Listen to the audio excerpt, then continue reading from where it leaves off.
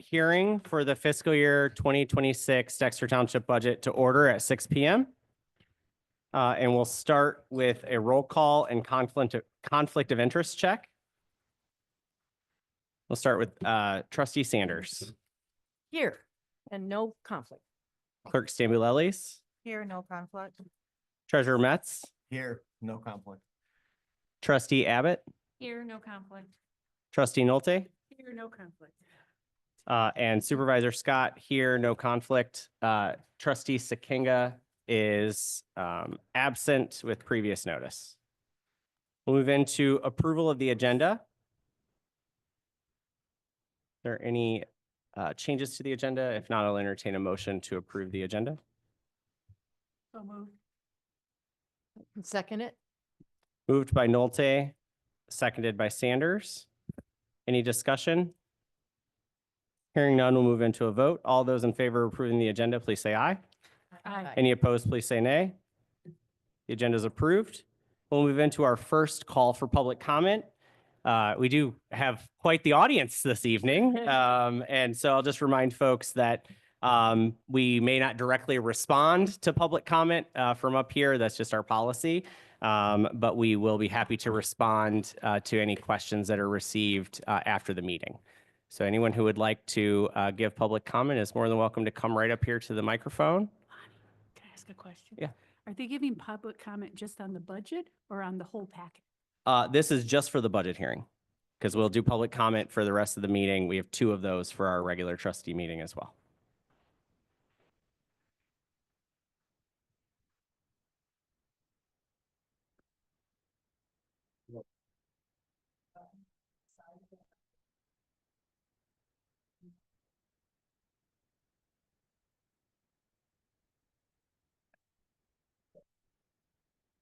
Sometimes we hide the button just to, It's camouflaged. there we go. Good evening. My name is Jeff Lehman, 3260 Tanglewood Trail, Dexter Township. I'm here just to give a brief comment in support of the orphan broadband folks. Tanglewood and somewhere else in Kinley, as I understand, that I'm speaking with Karen Nolte that there will be a proposal to help support broadband on those last remaining homes in the township. Thank you. Thank you.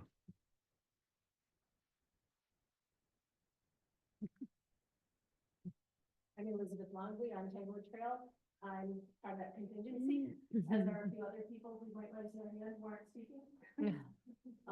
Yeah, I desperately need it for work. I run a soup kitchen and I do Zoom calls a lot, and my hotspot doesn't always help. So I desperately need it for work. Thank you. David Armio, 3191 Jeanette Drive. I work for the Department of Veterans Affairs, and I'm on Jeanette, which is another area where we have internet running past our mailboxes that we can't. Oh. I know there was funding that was set aside for that. I know that there was a time frame that where it needed to be spent and it was transferred over to roads. So I'm also in support of finding a way to fund that to come back down our road so that it doesn't have to fall on the folks that got left out of that agreement. I use it significantly for work. We have kids at almost every house in our neighborhood. I think there's around 20 children that use it for homework. I have to coordinate closures of clinics from Flint, Michigan to Findlay, Ohio. Oftentimes after work from my house, and on that internet. Starlink doesn't work very well back there because there's a lot of trees, and I cut down enough trees, and I'm gonna have wide open meadows soon just to have internet at my house. So just speaking in support of trying to find some type of ways where that doesn't fall on the people on the street that have to pay for that. I think it's around 12,000. Thank you.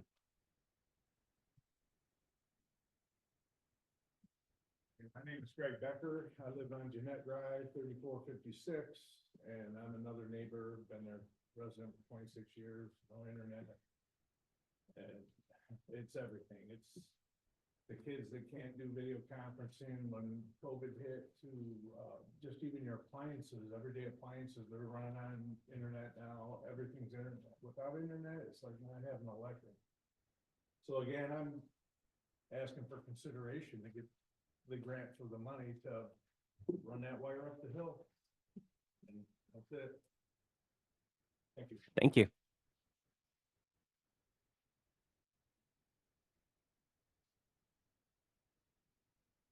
I'm also from Tanglewood Trail as well. I'm a physician.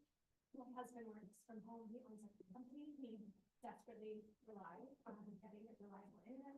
We have 2 young children, one is school age, one is preschool. They will also need internet, so we really encourage you guys to consider getting back internet out to the home, Connect Drive and all of the other places. Thank you so much. Thank you.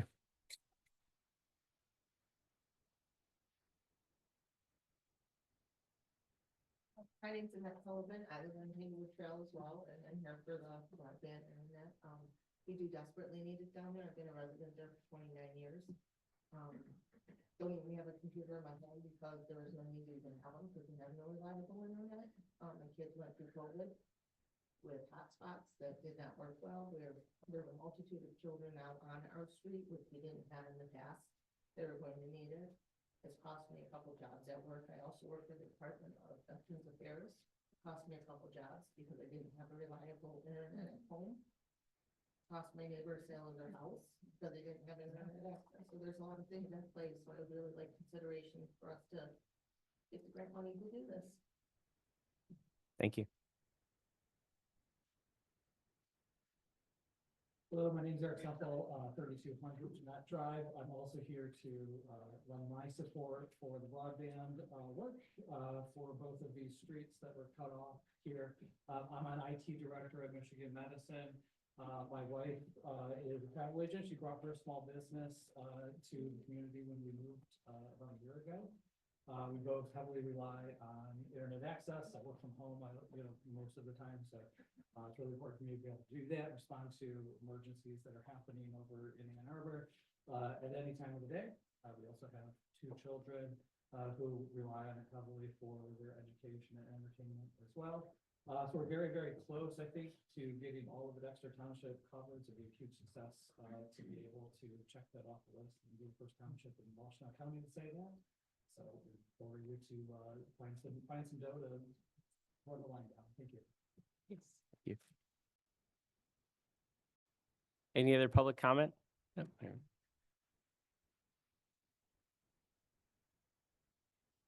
I'm Patrick Callahan, 3220 Tanglewood Trail. I've been there 6 years. My wife and I both work out of the house. I'm a professor at 3 institutions, completely teaching online. So I would ask you to hopefully find the funds to bring to Tanglewood Trail the technology that's necessary for all of us to lead better lives. So thank you.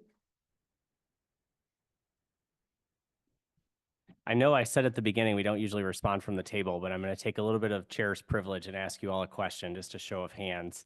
How many of you read an In the Loop that we hadn't heard from anyone and decided that you would come today? At least a couple. All right. I had a suspicion that there. That I asked how many had read an In the Loop that we hadn't heard from residents from a couple of areas and decided to come today. We got at least all right. Thank you. That's helpful. That tells us that people are reading In the Loop. So that's why we don't normally do surveys from the front. So I apologize. Any other public comment? All right. Hearing none, we'll move into our presentations. And first up, we have a presentation from Wave with Marie. But faces, some of your names, I do know that. Did all of you get the handout I had in your packet? Awesome. I'm gonna just talk you through the information that's there. I'm really excited about the first page.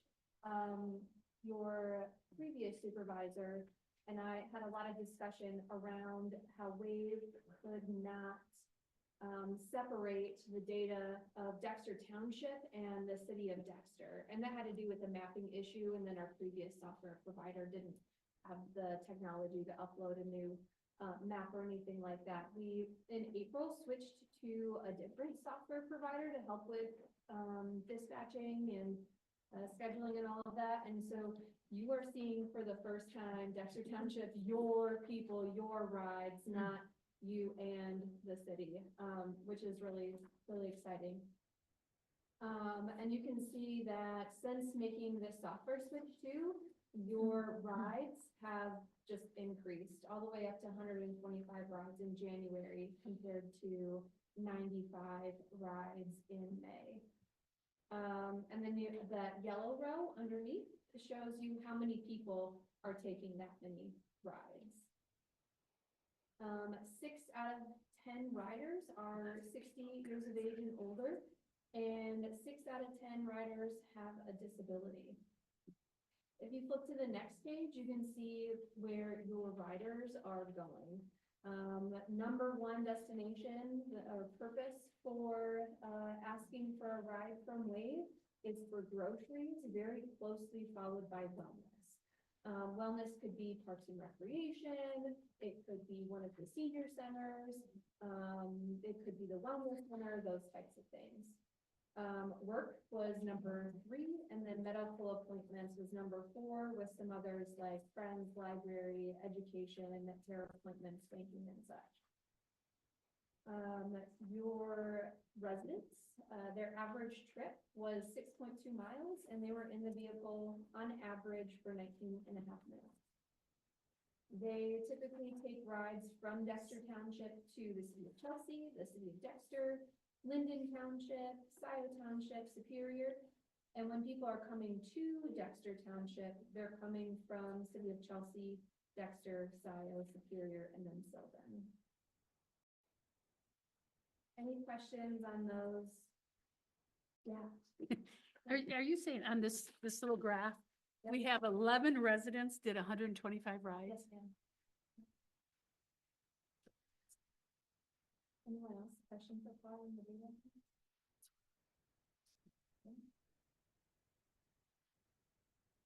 That third page for you is just some updates that we have happening, during our fiscal year, 2025, that started on October 1st. And the first thing worth noting is that we expanded our service area. We had heard from residents along the border, including Dexter Township residents, that they had wanted access to Pinckney, they had wanted to go to Putnam. So we work with our partners in Livingston, that's the Let's Bus, and so we have an intentional overlap with them. Similar thing in Waterloo and Grass Lake, we have talked with our partners in Jackson County, JADA, as their transportation service, to have that intentional overlap. Really, our focus is bringing people within Western Washtenaw County, but we also want to make sure your residents can get to where they want to go, including a neighboring community.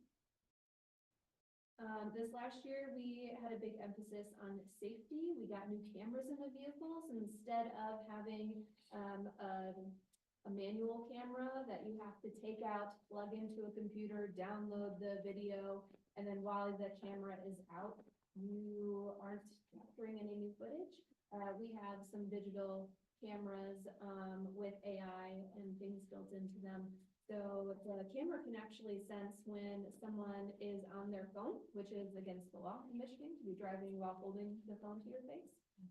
And the camera will tell them to put their phone down. It can sense when they're speeding, and it will tell them to slow down. And other safety features like that. And then also, if there's ever a complaint from a driver about a resident or a resident about a driver, we're able to view that footage and hear those conversations to make sure that everything is staying professional like it should. Affordability was another thing that we wanted to address in this last year. We had a really complicated fare structure. This time last year, when I was only a few months in, I probably couldn't have told you what exactly our fare structure was. It was pretty complicated. Now, when you stay in the orange area of that map, your ride is only going to be $1. And if you are going into the rest of Washtenaw County, your ride will be $5. Unless you are an older adult, a person with disabilities, youth, or low income, and then we cut that price in half. Yes. Is that round trip or is that Each leg. each Yeah. leg? Okay. Yeah. So is that just temporary, or is that all the time? That's all the time. Really? Mhm. I heard them talking about it, but I thought it was just like a special. We did a free fair February last Okay. year with huge success. Usually February is one of our lowest months, not only because of the temperature, but we have less days in February, right? And it was one of the highest of our winter months. Wow. It made a significant impact, and it really got our board talking about how affordability could be one of the barriers to our service. And so by discounting the rates that far, it's really improved access. Oh, that's fantastic. Yeah. Do you guys work with the schools? We talk with the schools. Schools are not allowed to have contracts with public transportation. So if we were to partner, when we partner with the schools, it's them sharing information about our services, making sure we're in their newsletter. If there are students who need rides home, their staff know about us and can connect us. We also have some of our fixed routes stop along the school routes. So, Thank you. and so last year, that was actually one of our big pushes, was the schools. We wanted more youth to ride, right? A lot of youth can't drive yet, or they just don't want to. We're seeing that more. And so that was a big push. And then workers, commuters has been something that we've been focusing on. I see a question for me. Oh, no. No, I was just thinking what a nice tool this is for, like even if someone wanted to go out to dinner and they were gonna have a cocktail, Yep. they would then have safe transportation home. Yep. Yep. And we expanded our service hours. This time last year, we were only going from 8 until 4:30. And because of the new software that we have, it makes it a lot easier to see where our peaks are and where our unmet needs are. So I was able to take our same drivers and stagger their start times. So now the earliest pickup is 5:45 in the morning, and the latest pickup in the evening is at 9:30. Wow. Wow. Mhm. Great. Nice.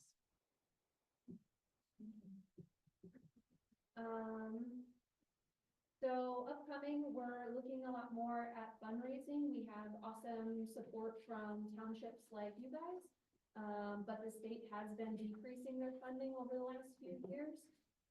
Back in 2015, they reimbursed 55% of our eligible expenses, and this year they are only reimbursing 34.5% of our eligible expenses. So it's more than a 20% drop over the last 10 years.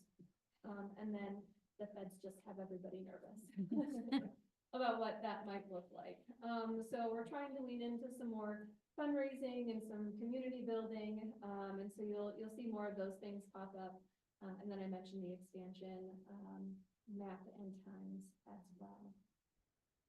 So that leads me to my ask, which is the final page that you should have in your packet. Dexter Township represents about 3% of our ridership. And so there in the chart, I have for you the estimated cost of our door-to-door service across our service area is about 1.5 million. We estimate fares to be around 30,000, and then with that reimbursement from the state through ADA, our costs are more around 637,000. And then when I figure what the costs are for each of the townships, I'm looking at both hours and miles. So hours is sort of a fixed thing with our drivers, right? And then miles will be more wear and tear on the vehicle, more gas and all of those things. So it's a blend of those two metrics that help us determine what the distribution is here. So I know in the past few years, you've been doing smaller increases for us, and that's been very much appreciated when some of the others haven't been able to. And so this year, we're asking for this another small increase to 19,000. Quick question. Yeah. So just of your total ridership, if we're 3% and it looks like I did some math earlier, it looks like we're averaging about 9 riders per month. Is your total ridership about 300 people? What's the total? Offers on door to door is probably over 400. But I can look that up and tell you for sure. It kind of changes month to month, right? Like sometimes we have people who just use us as a one-off when their vehicle is in the garage, or they just need a quick, like, someone needs to get my kid, maybe Wade can do it. And so those would be like one-offs, and then you have some of your more steady people who are using the service on a regular basis. Yeah, I think the last time I looked at that metric, it was a little over 400. Thank you. Mhm. How old do children need to be to ride?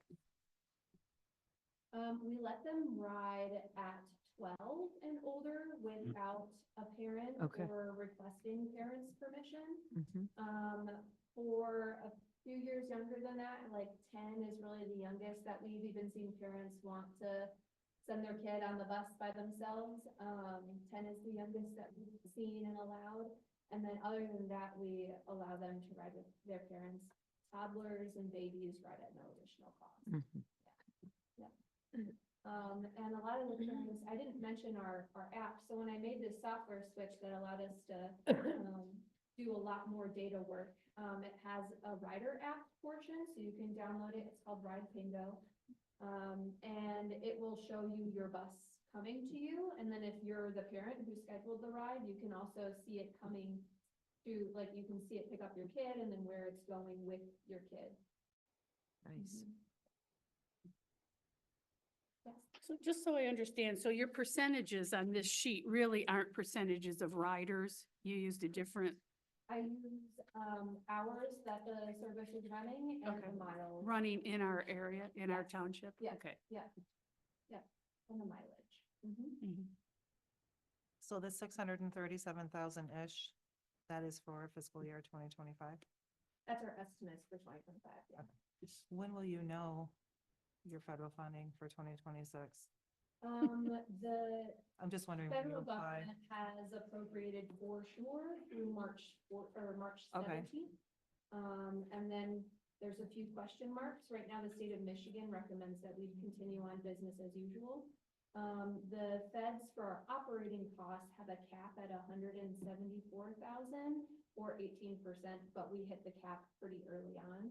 And so we think we're good there. Where the federal funds would have the most impact would be our fixed route services that don't impact door to door. And then, the capital assets that we've requested because they match 20% of those. And one of the problems that, my project manager is looking into is there's a lot of match language between the feds and the state. And so if the feds have zero, what will the state Yeah. be able to match? So we're holding off on ordering new vehicles and assets until that has been cleared up. And I just asked that for next year, the projection for you to be Oh, able to yeah. come in and, I mean, yeah. Yep. Can I ask what your budget was last year or what your We year ended, our full agency budget ended at 2 million last year? last year. But a portion of that is door to door and a portion of that is the fixed route. Okay. I can look up. I was just wondering what your percentage increase was Mhm. from last year to this year in your Yeah. budgeting. Based on the year end, it'll probably be really similar. I didn't do, I Okay. mean, we have the expansions, and that would be additional wear and tear on the vehicle, but I didn't increase any driver hours.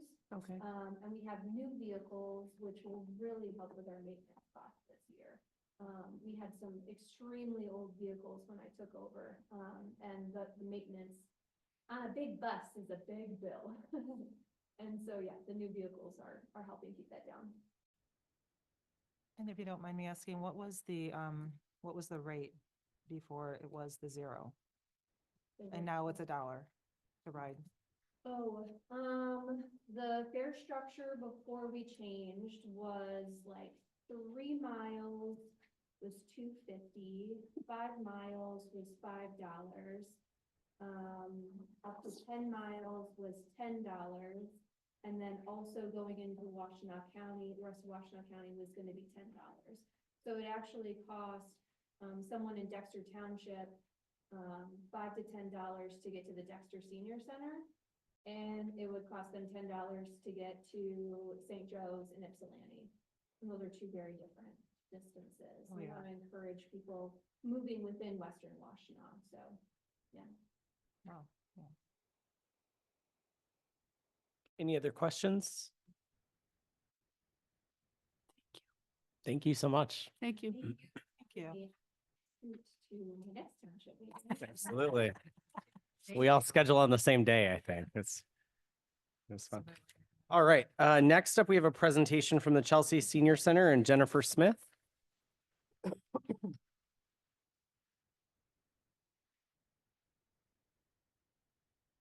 Hey. Thanks for having me tonight. I'm the executive director at. Oh, hold on just one second. If we can just ask the audience, just keep it down. I know it's hard, but it echoes right at us up here, so. Go ahead, thank you. And Paul Schisler is joining me tonight. He's the chairman of the board for the senior center, and he's going to go over some of the numbers that we gave you in your packet when I'm finished. I just want to talk a little bit about senior center. So you can tell from the newsletter that the senior center has a lot going on. We engage more than 1,500 area seniors, and the impact on them, their children, grandchildren, friends, and neighbors is significant and far more reaching than most understand. Consider Matt, a son who lives in Oregon with his wife and 2 kids. His mom, Mabel, lives in rural Gregory. She's mostly homebound and quite isolated. Matt in Oregon works for a small nonprofit, so his income is modest. He has paid time off, but no healthcare benefits. Living expenses are high. Matt cannot be in Gregory to care for Mabel. He and his wife and Mabel's 2 grandkids can visit once a year. CSC delivers meals to Mabel. 4 days a week, she receives 2 meals along with a visit from an amazing volunteer, Linda, who takes time to visit for a bit. Linda has been donating her time, delivering meals during her lunch hour for over 20 years. Her job supports her volunteering and gives her extra paid time at lunch to do so. Linda knows all about Mabel's family and her cat, who just passed away at 17. On Thursdays, the Wave bus picks up Mabel at her door. The bus brings Mabel to the senior center, where she has lunch, and then stays to enjoy friendship and lively conversation during the knit and crochet group. Even though she can no longer crochet, the sense of community Mabel feels at CSC and within the group is a lifeline for her.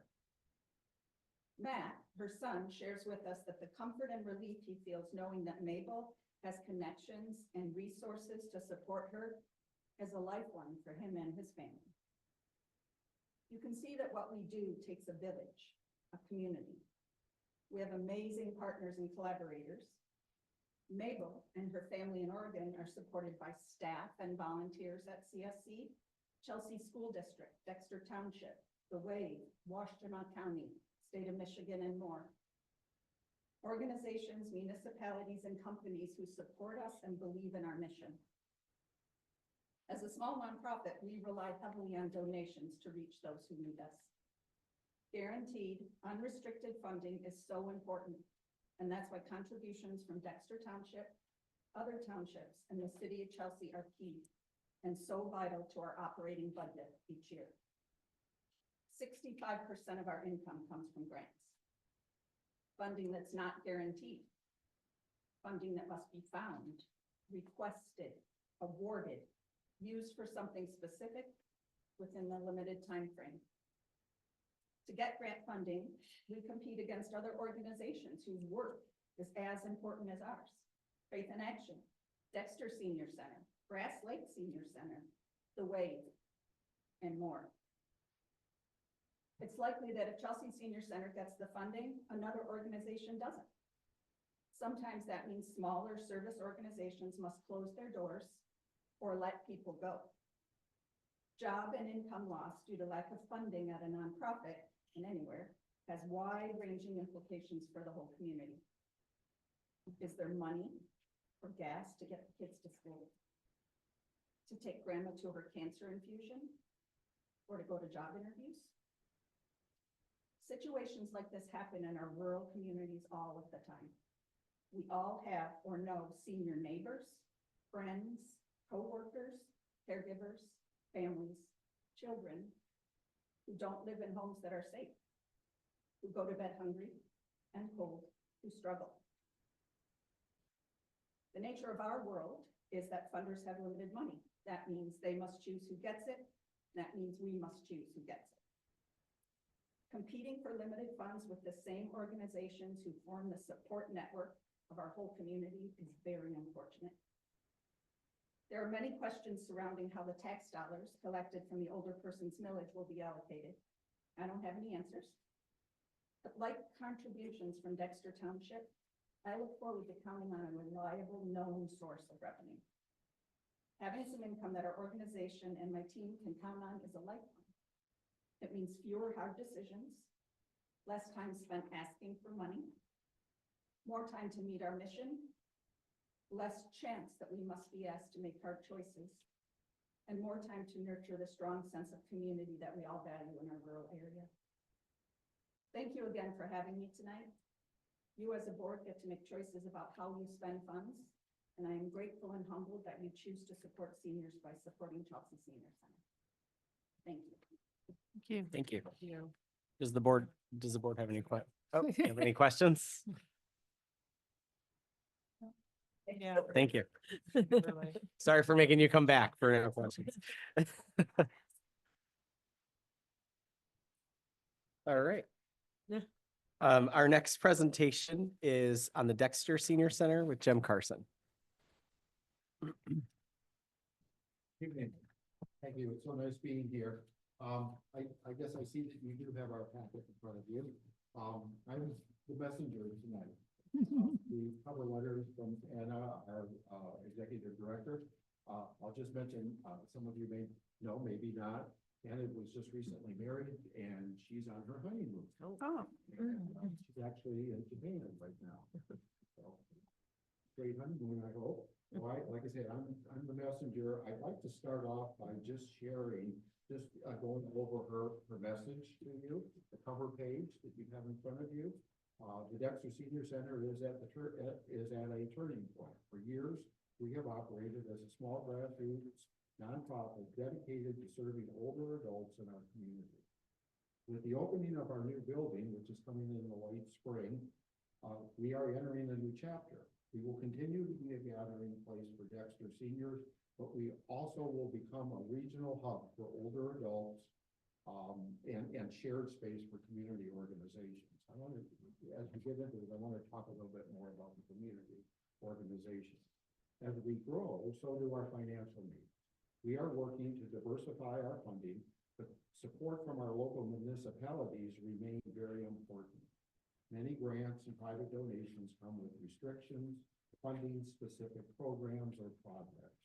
One of our greatest challenges has been, and it always is, covering the ongoing costs to keep the doors open and the services available to those who rely on them. The Dexter Senior Center exists to serve this community, and our growth will directly benefit Dexter Township residents. We hope that you will invest in us just as you are investing in a stronger and more connected Dexter. I look forward to continuing our partnership in 2025 and beyond. And by all means, as we go through this, if you have any questions, please, we're here to answer your questions specifically, so interrupt. If you raise your hand like you did for the waive, I'd be very happy to do that.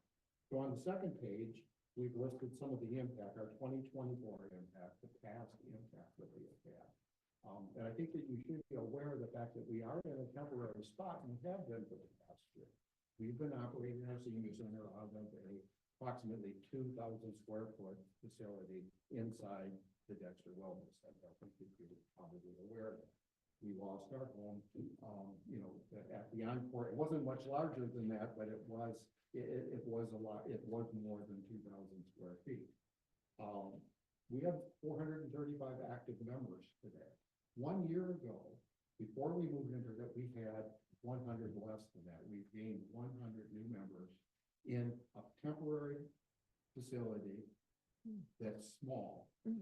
And we've just continued to grow, we've continued with our programming. Our anticipation is that, and we'll talk a little bit more about this, is that we will continue that growth, and that growth will accelerate with our new building. I trust that you've all seen the building. Going down Baker Road, you've seen the building. In our center, we have also serving over 10,000 meals per year in 2024. That includes meals on delivery, Meals on Wheels, homebound, as well as our congregate lunch program, which presently is just 3 days a week. And congregate lunch is in the center where members and community members come to the center for a hot lunch as opposed to the home delivery. And in 2024, we offer, just to highlight one area, 360 fitness classes in that year in our temporary spot. And that obviously doesn't include every single program. You know, we have arts programs, we have crafts, we have 3 different card groups, we have Marjan groups, we have book clubs, all that. The 360 is just fitness. As Anna had listed, our anticipated, our budget for 2025 is $357,000. And again, Anna broke down for us, I think, the reasons for memberships, and you can see that the very number one, encompassing half of what we do, is for socialization, is for connection. And so important for our seniors, for the Dexter Township seniors, a place to go to connect and to socialize. And yeah, a lot of the participation is just people coming to the center to spend the day, to have coffee, to socialize. Again, connection is the number one. Other items is fitness. I've got my old glasses on. Fitness, learning new skills, music and arts, and then, as I said, the meals program. We've included some on the third page. We've included some impacts, some of the Dexter, specific to Dexter Township. The 3 graphs there. I think the thing that's the most significant is that 13% of our total membership are Dexter Township residents. Your residents aren't encompassed. It's 13%. Of that total 435. I have to remove that again. The Dexter Senior Center has exciting potential to expand its membership among Dexter Township residents. Currently, many in Dexter Township may not realize the resources available to them at the Dexter Senior Center and other nearby centers. The township is fortunate to be served by multiple senior centers, but it is time to step up outreach and promotion to show how these centers can bring people together and help them age in place. With our new facility opening this spring, we are reimagining what a senior center can be. We want to create a space that feels fresh and welcoming to the new generation of older adults, many of whom may not feel traditional senior center programs are the right fit. These changes will bring new energy to the Dexter Senior Center, and help us offering something for everyone. And the punchline, although I do have more to talk about, is the last paragraph. To support this growth, we are requesting $15,000 from Dexter Township. This investment will help us to reach more Dexter Township residents and continue providing programs and services that many rely on. Let's talk about some changes. What's going to happen in this new building? A new home. We're anticipating, well, we're hoping for April, but we're going to be a little realistic. We're going to say May. Okay. The building actually is completed. The building is fit for occupancy right now. The building was purchased from the builder on December 27th, bought and paid for, and just recently we received our occupancy permit. We're not planning to move in at this time because, like moving into a new home, we have some add-ons. We have some what we call add alternates, things that we want in place when we open that center. So aside from the builder, we're in the process of doing that right now. And these are items that were, included in the funding, but that we are managing directly and we're putting into the bill. For example, we're putting in a building or a half a building generator. Okay, we are going to become a warming and a heating center, a warming and a cooling center for the community. Our building, our new building is just a little bit under 10,000 square feet. Half of the building will be on the generator, and it will be there to provide, again, a place to go in the case of power outages for either heat or cooling. We could continue to provide meals, things like that, internet in that building. What we're trying to do is to build better accessibility and expand programs and to build a stronger community partnership.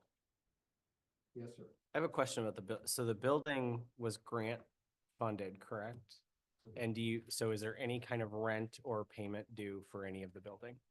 We are negotiating, okay, so let's, the entire building, including the purchase of the wellness center, was done on grants. $8.5 million from the state. $760,000 from the county, $850,000 from the feds, through Debbie Dingell's office, and the total was, that project is $10.1 million. With that, the school system was able to buy the wellness center and all the property, and also build that 10,000 square foot building for us. So everything there is then paid for with those grants. Now, the school system will own the building. The state appropriation required that building, the senior center building, be built for a permanent home for the Dexter Senior Center. School system is going to own it.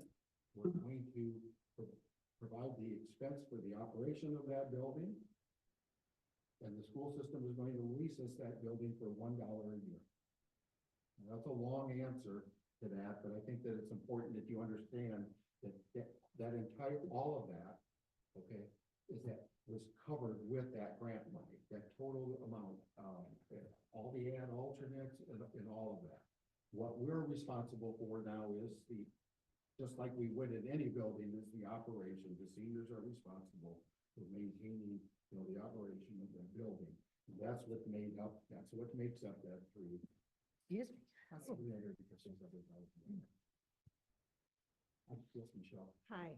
Okay, so what concerns me is, yes, the 8.5 million grants, and there were 3 other grants involved as well. And it's fantastic. They purchased the wellness center as well as built senior center.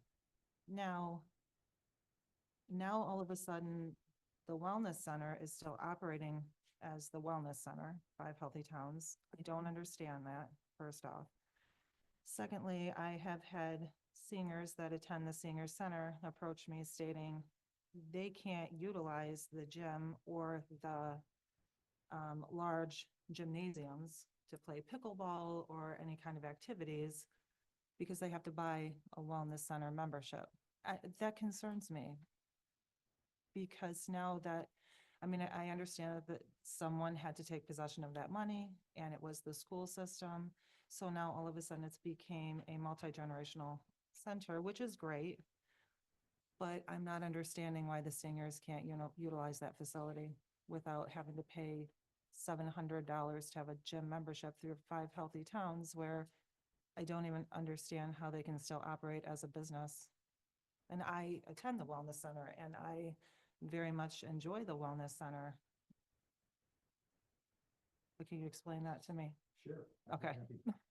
Well, first of all, we're not at that point yet, Okay. Michelle, where we okay, so let's go back. The school system, yes, they did buy the building. They bought completely furnished the entire business, and that particular center is being operated by a private business called Power Wellness. They were running it for 5 Healthy Towns, and they're continuing to run it for for the school system.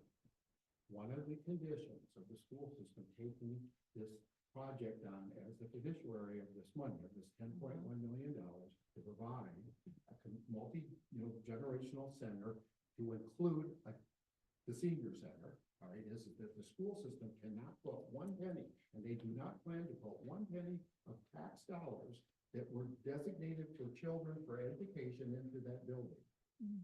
So it has to be run as a business, all right, and When you say that building, is that the Dexter Wellness Building or the Senior Center building? Okay, we're gonna take care of the senior building. okay. And the wellness part, the exercise part of that business is going to support the building for the school system. In other words, it's going to cover the expenses of the building. All right. Now, as far as the seniors are concerned, all right, first of all, let's go back, and I can't speak on behalf of 5 Healthy Towns, but I do know they sold the building, but they still are involved until March. Coming up in the next month or two, they're still involved in that because of the way that the building was sold and the contracts that they had with our wellness and, with people running the building, okay? And because of that, and because of the Chelsea's Wellness Center and the association with 5 Healthy Towns, they're not in a position yet to offer memberships, specially priced memberships for seniors. So the goal is, first of all, is that they're operating their business. We're gonna operate our business. And at some point soon, sometime in 25, we will negotiate with them the opportunity for our seniors to have a senior center membership, have what they want. They can have just a senior center membership. Many of our members already belong to the wellness center. But And many of them can't afford it. surprising is how many belong to it, and also have a joint membership where they can buy a membership for the senior center and get access to certain things in the wellness building, and they can also the other way have that. That has not been worked out yet. We're not in our building yet. The agreement, the contract hasn't all switched over, but that will happen. We're also looking at, there are opportunities out there where we can subsidize the wellness membership for our seniors. There are agencies, there are programs within the government where they can we haven't gotten to that yet. And we didn't plan to get to that at this point, not until the center is open and we're functioning. Because I just feel that without those grants, the wellness center wouldn't be there. It was more of a bailout for the wellness center, and now the seniors own that center, and I just don't understand. They don't own, the seniors don't own Dexter Wellness.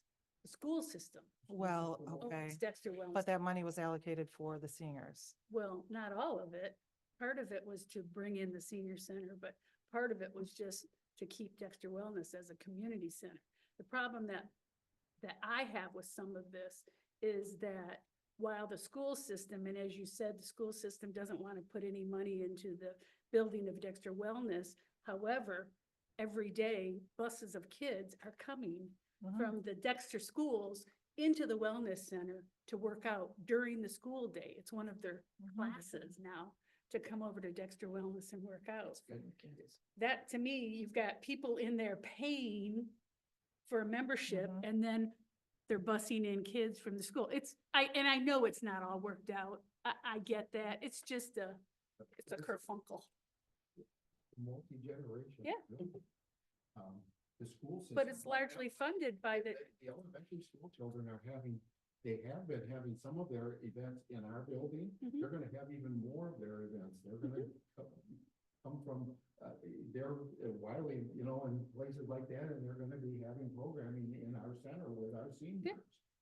I can see that, but it's also funded, in my mind, it's a taxpayer funded by the $10.1 million to own it, and taxpayers are paying their school taxes. We're now sending schools, but we also have members paying membership to belong there.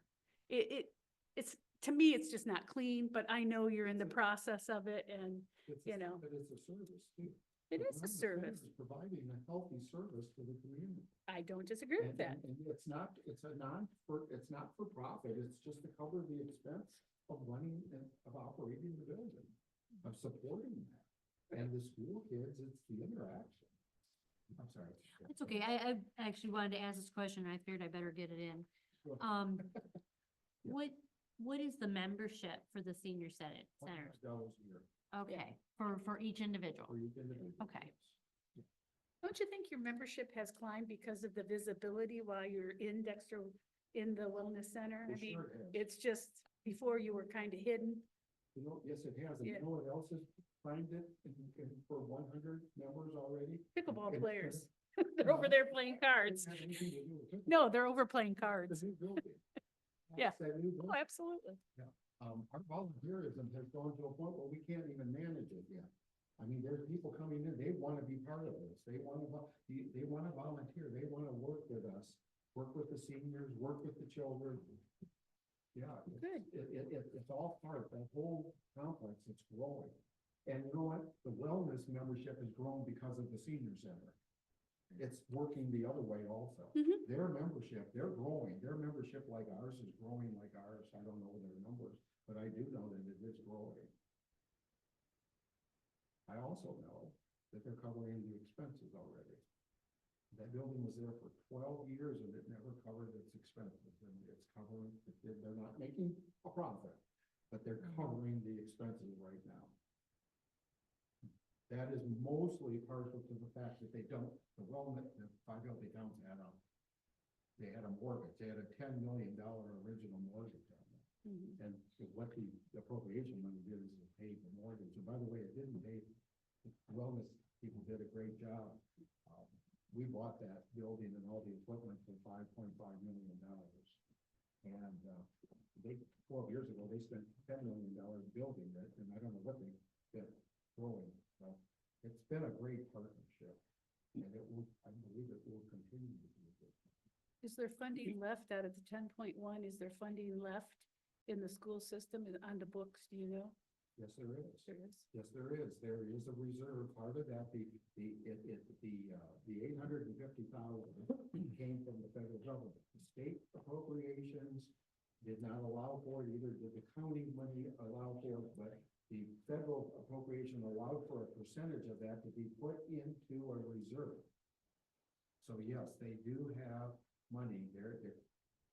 There is money being set aside so that if there is a downturn or something Mhm. like that, that there is going to be money to do that. And the senior center is developing a reserve also, which is something that we've not had for a long time for the same purpose. Do you know the school systems reserved by any chance? Is it about, I want to get us back to the Sorry. Dexter, we've got to wrap the presentation. I gave everybody the same 10 minutes, so I just want to make sure we, Yeah. I think that this, we have this conversation. yeah, good questions. We can, if we have additional, we can continue with the questions. I just want to make sure that we're,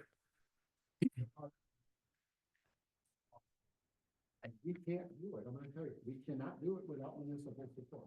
You are considered a community partner. We have a lot of community partners. And part of the business plan on the seniors and for the operation of the building is our community partner support, municipality support, service club support. You know, there's local foundations that are helping us, you know, that are giving us funding.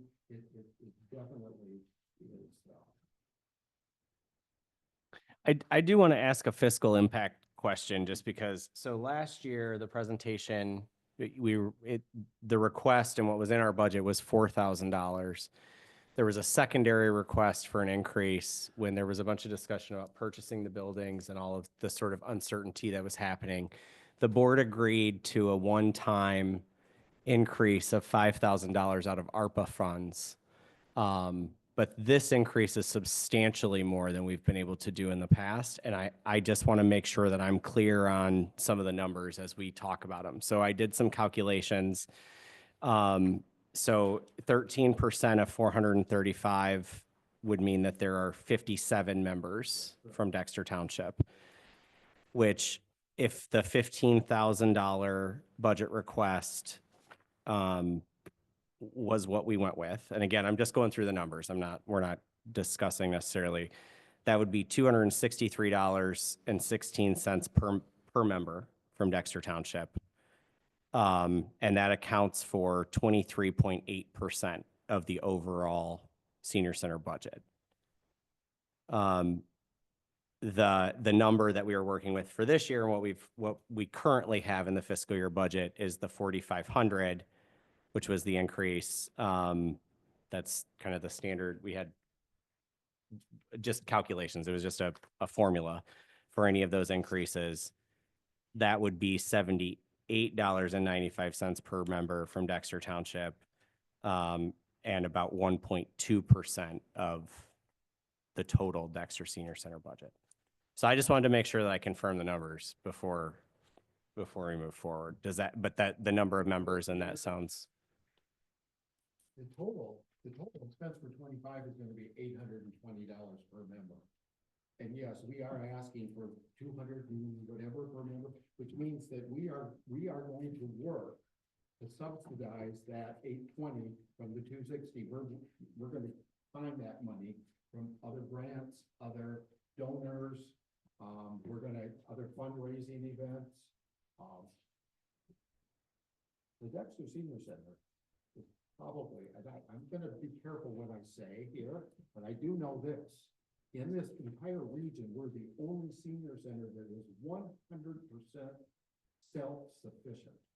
We get other, the buildings were all done with grant money, state, federal dollars, county dollars, well, it's all federal dollars actually, but from different sources. But the operation of that building is entirely on us. On January 1st of every year, we start at zero. Now, we have community partners we know we can count on, but so, I just want to make that clear. Yes, we very much appreciate the fact that in 2023, Dexter Township paid us $9,000. We don't know what they determined that at, but we did receive $9,000 in 23. At 24, we didn't know what you budgeted. That could be partially our fault. We were having some staffing changes at that time, okay?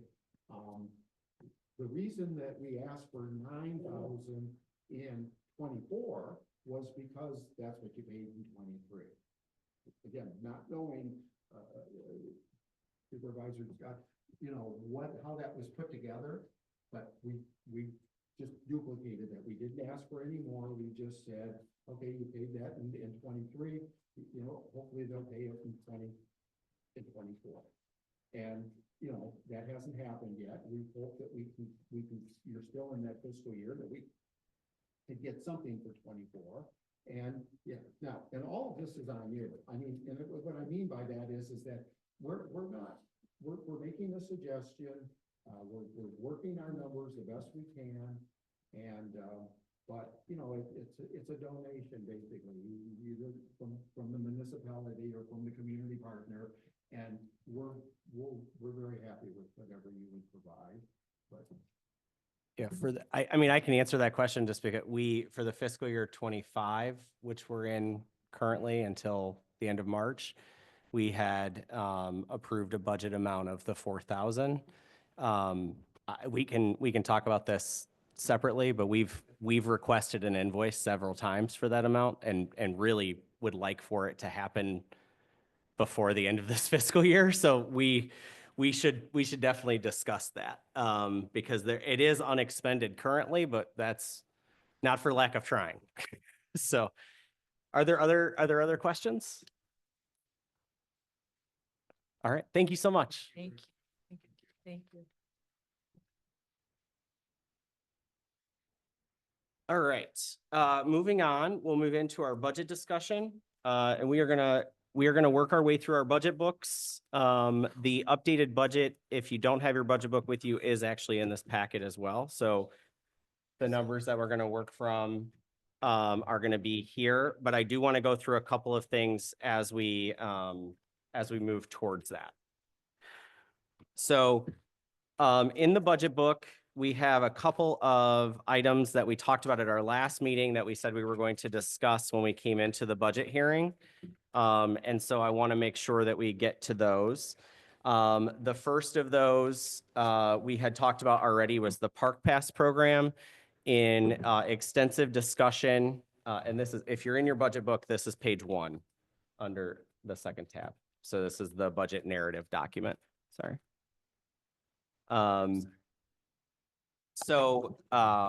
These are the policy considerations that we were set to discuss. So the Park Pass program, we discussed at our last meeting. We talked about reducing the amount budgeted for that, but also changing the process to start earlier, figuring out how to try to include more residents, and those things are ongoing. The second bullet here is the stuff we're going to start with tonight. And that is the approved budget, including the project coordinator, deputy treasurer, deputy clerk at 24 hours per week, which is included here. And that is currently what is in your draft budget.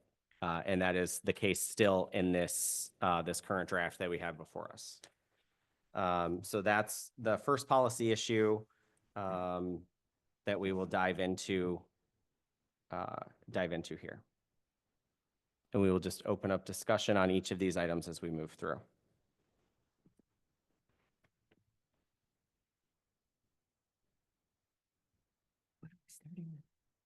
We're starting the bullet 2. Should the approved budget include a project coordinator, deputy treasurer, and deputy clerk at 24 hours per week in the budget narrative? So those are line items. If you're looking at the actual budget document, those are line items. On page 16, you'll see those notes as, and on the last page, notes 11, 8, and 8. So it's page 16, the General Government Department 261. And the actual line items themselves are 101-261-706.009. That's the project coordinator. We had budgeted it in fiscal year 25 at 38,400. That position was never officially filled. There was some expenditures for one-off sort of project management that the previous supervisor had used to pay folks for small amounts of work for that project management. It is budgeted for fiscal year 2026 at $40,320, which if you then move down to the deputy clerk and deputy treasurer wages, those are budgeted at the same amount in fiscal year 26. They are different in fiscal year 25.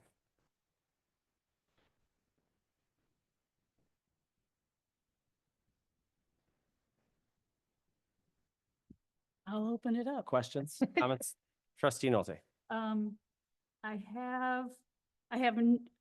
take no issue with the project coordinator position. I think we need it.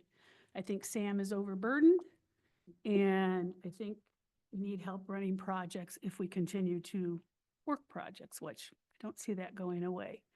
As far as the deputy treasurer and the deputy clerk, I feel like last month we decided, or it was brought up, that the deputy clerk had 20 hours approved and the deputy treasurer was scheduled for 24 hours a week. And so the deputy clerk's hours were going to be raised to 24 hours, so they matched. My problem isn't so much that. My problem is we take from last year, we had $5,000, it looks like, spent in deputy treasurer dollars. Now we have a new treasurer and we are employing a deputy treasurer also. So if last year a salary was 45,000 for the treasurer, we ran at 50,000 for the whole year for that whole position. This year we're budgeting 45 and another 40. So we're going to 85,000. So we're increasing $35,000 into our budget for a position that wasn't used in the last year. So I question, it seems to me when we're putting money in budgets, that's money that we're willing to spend. And I personally am not willing to say, oh, let's put another 40,000 in for deputy treasurer when last year we did 5,000.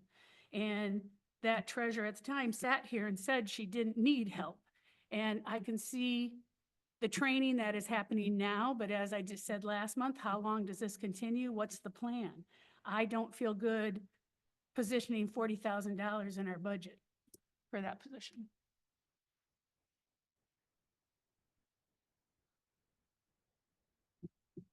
Other discussion? Well, I can't answer that.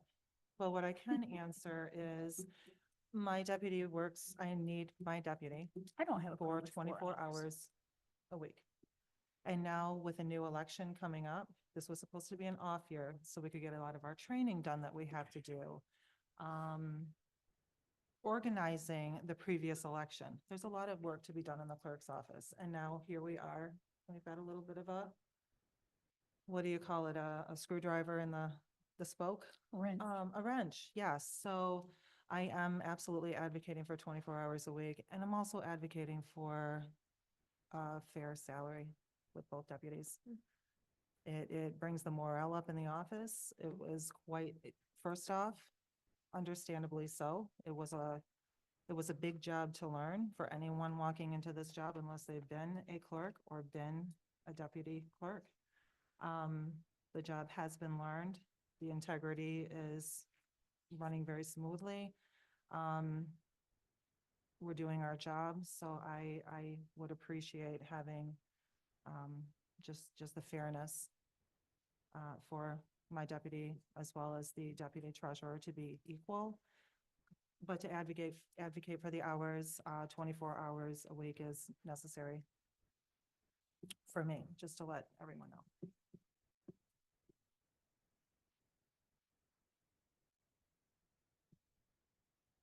But is that, 25-26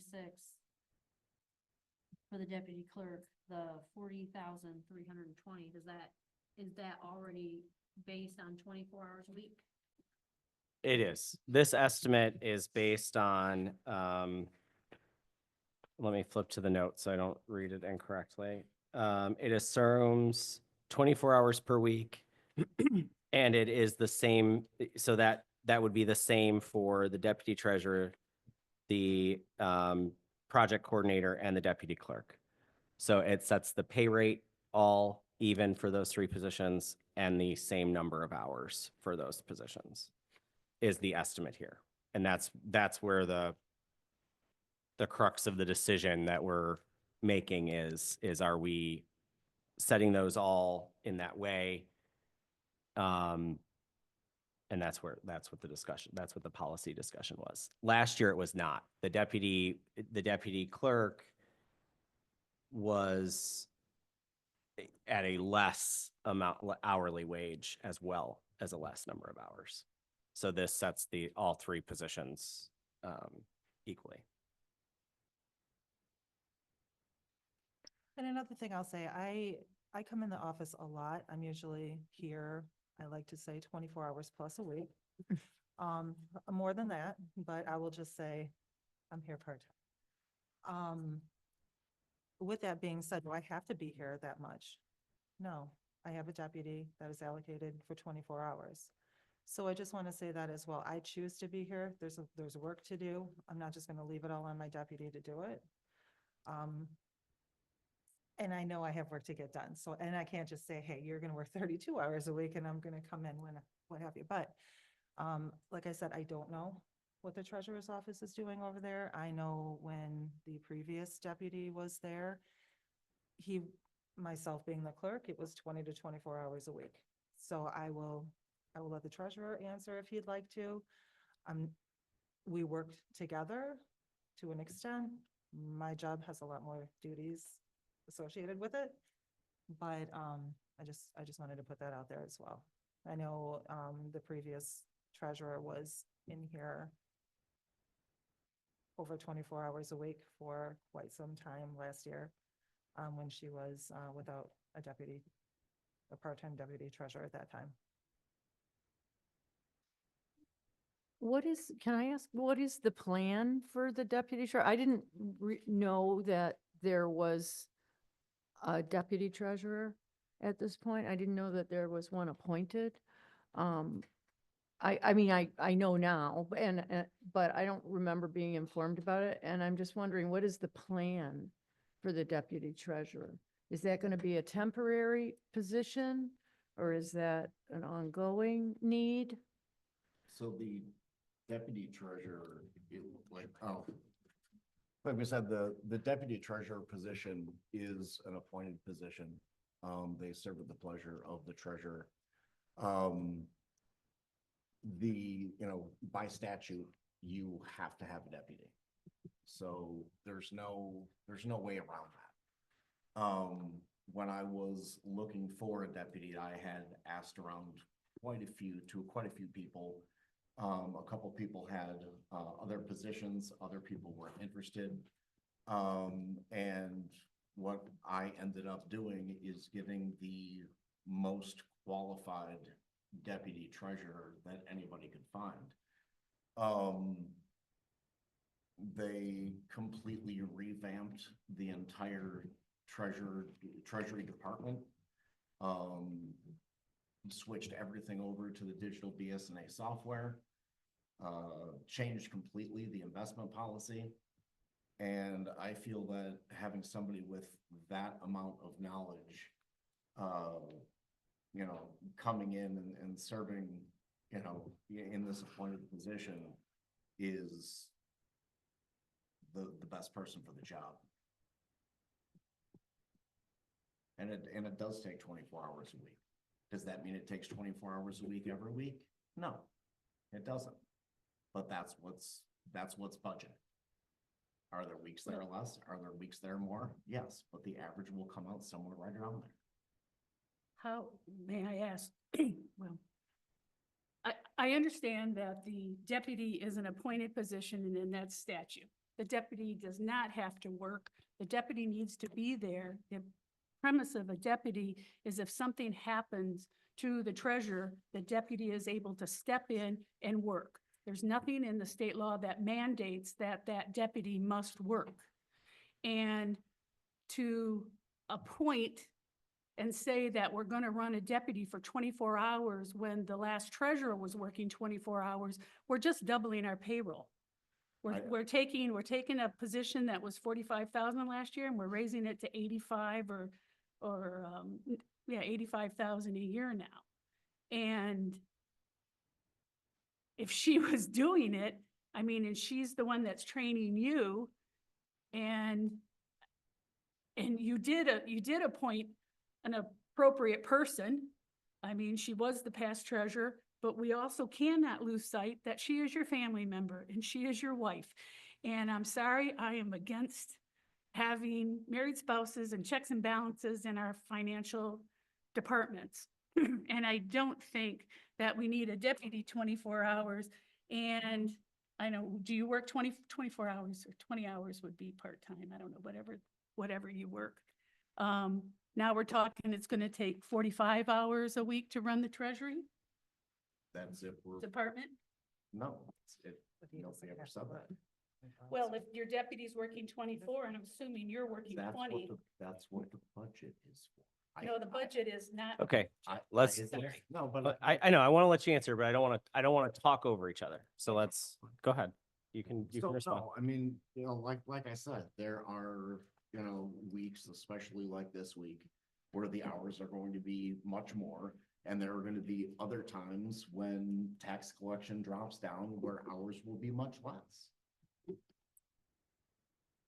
And that's, like I said, I have the most qualified person for that job.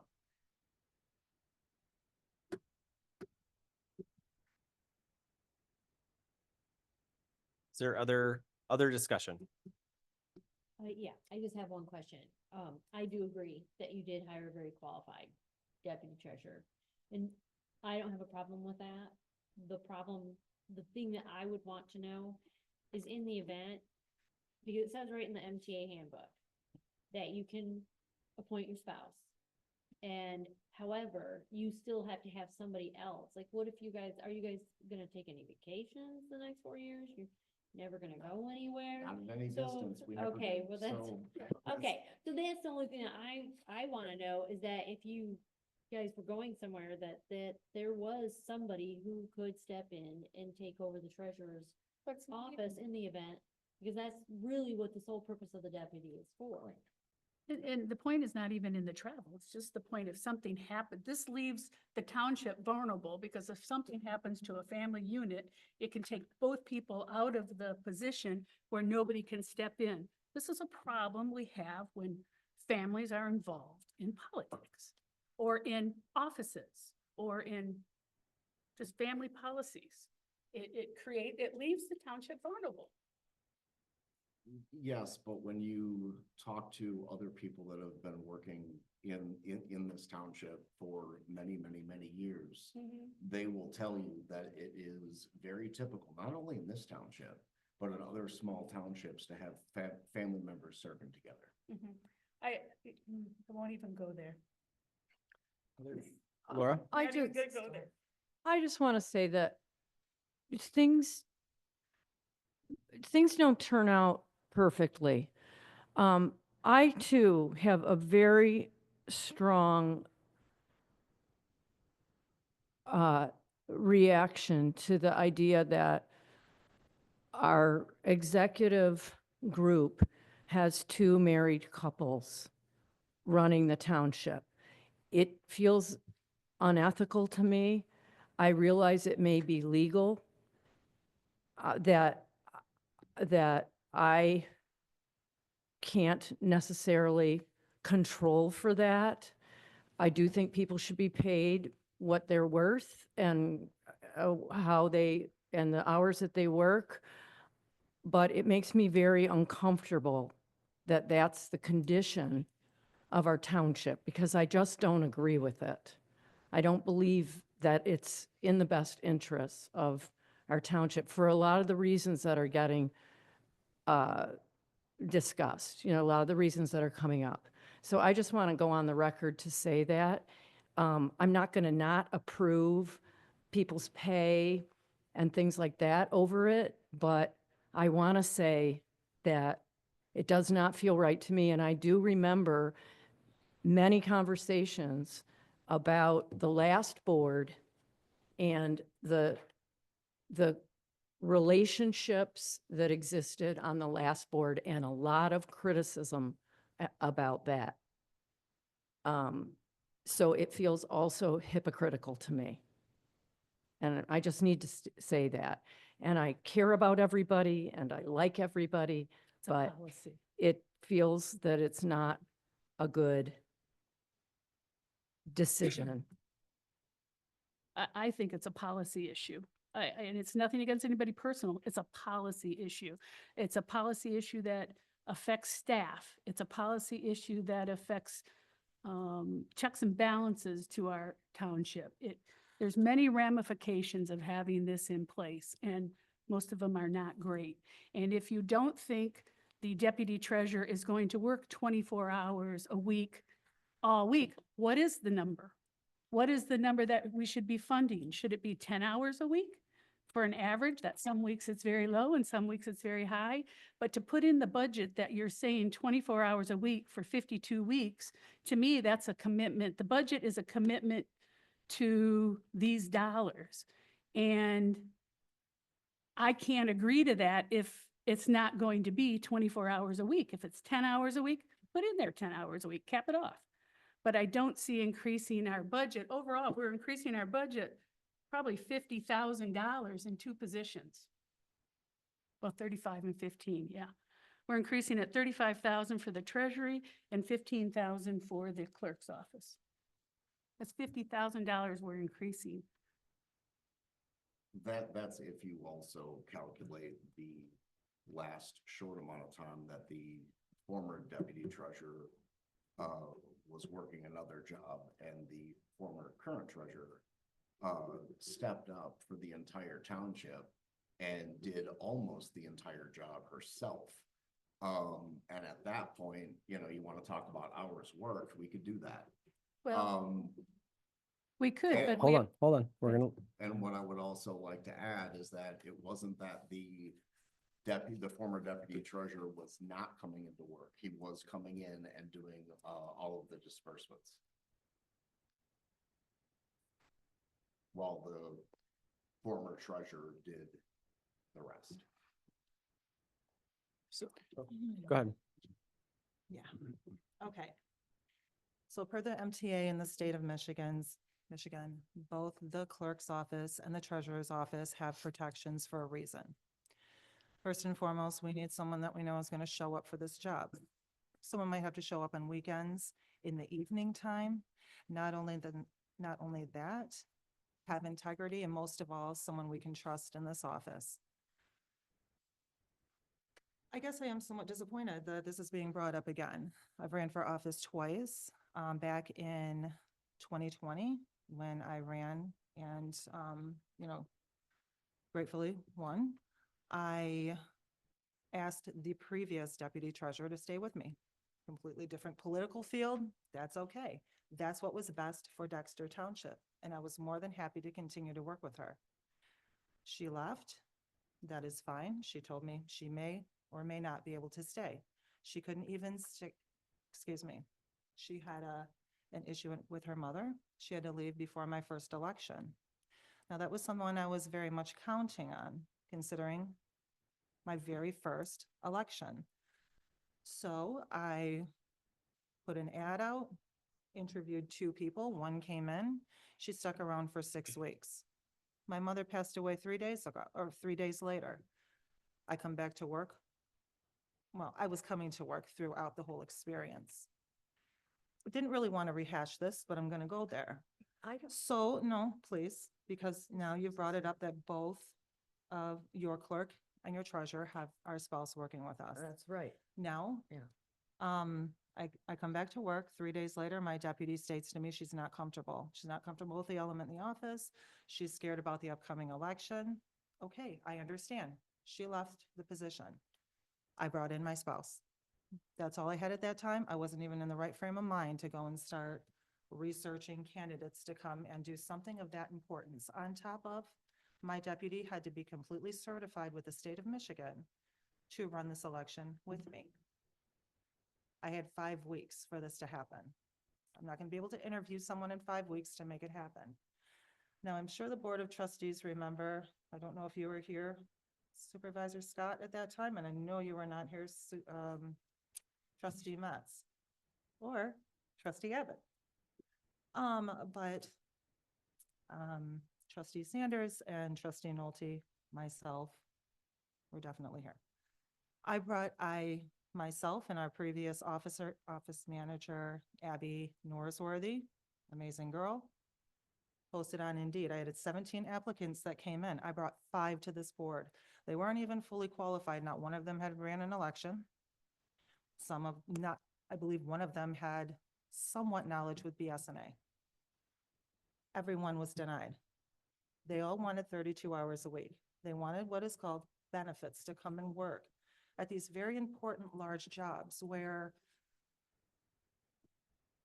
maybe if there's 2 people in a household making $30,000 a year, maybe you can live in Dexter Township.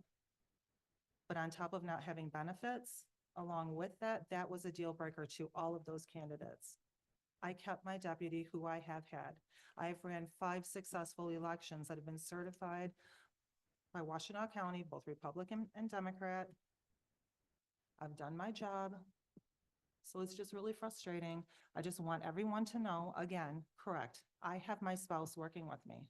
I ran for office for a second time, and I'm still sitting in this chair, which I am grateful for. I'm here to serve my community, and I've done just that. And I'll leave it at that. I did not even want to bring this back up because it was a really hurtful experience. I'm here to serve my community. I'm not speaking for Treasurer Metz, but I am speaking for myself. So, Yeah, I just want to respond to that. Michelle, I know that, you went through a very, very hard time. And you're justifying your decisions, and I understand that. And as I said, I believe that, you know, we should pay, you've made your choice. The law and the MTA supports that you have the right to do that.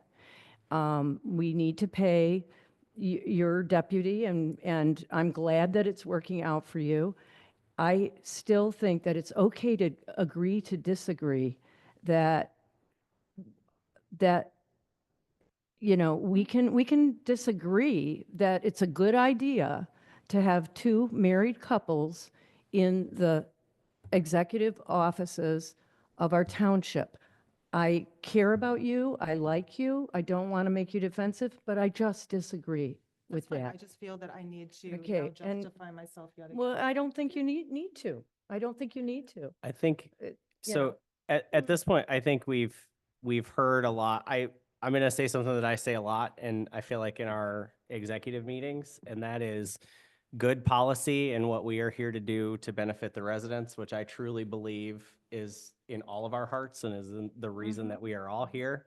That good policy is agnostic of personal anything, whether it be what's going on, you know, personality conflicts. Everyone here doesn't have to agree on everything. Right. I appreciate that we're able to have conversations about it. I do want to pull us back very specifically to the policy that we have to decide that will influence the budget. And I understand that these are tangential items to each of those things. And so I want to make sure that everyone, and I have said this at every meeting, my goal is to make sure that everyone feels heard, that everyone knows that they have a voice and can say those things, but I do want to pull us back to the policy.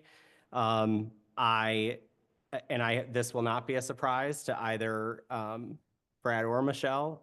I personally feel the same way, that it is not a decision I would make, but I also know that the MTA and state statute is very clear that our role in those decisions is nothing. That our role in decision-making is around the budget and the hours, not around who is in those positions. And I would also like to say, just to be very clear, because I've said this before, I do believe that both of the people that are in, both the deputy clerk and the deputy treasurer at this point, are highly qualified. I do not have any doubts in their ability to do the work. And I just want to be very clear about that as well. Not that, and I don't have any doubts about the clerk or the treasurer doing the work either. Let me be very clear. But I want to make sure that, you know, we've put that out there, but I do want to bring us back to, we have to make a decision about policy. The real policy question here is not about whether or not spouses should be deputies. It is about whether or not these positions should be equalized in pay rate, in number of hours per week, and if not, what those should be set at. And so I'm just going to move us back towards that direction of the discussion. Can I ask a question with the project manager? Yes. Will that potential project manager be part-time or 32? Right now, it's in the budget currently at 24, just like the other Okay. two. I think there is a little bit of a discussion about, we specifically, when we get to the single hauler conversation, there is a requirement that we have a project manager named for that project. It doesn't necessarily have to be this person, but that would make sense. And so I think that is also part of this discussion, if we think that it would need to be 32 as opposed to 24. But right now, they're all calculated. I wanted to start, and Karen had actually, I want to give her credit as well. We put them all on equal footing to start the discussions of this budget.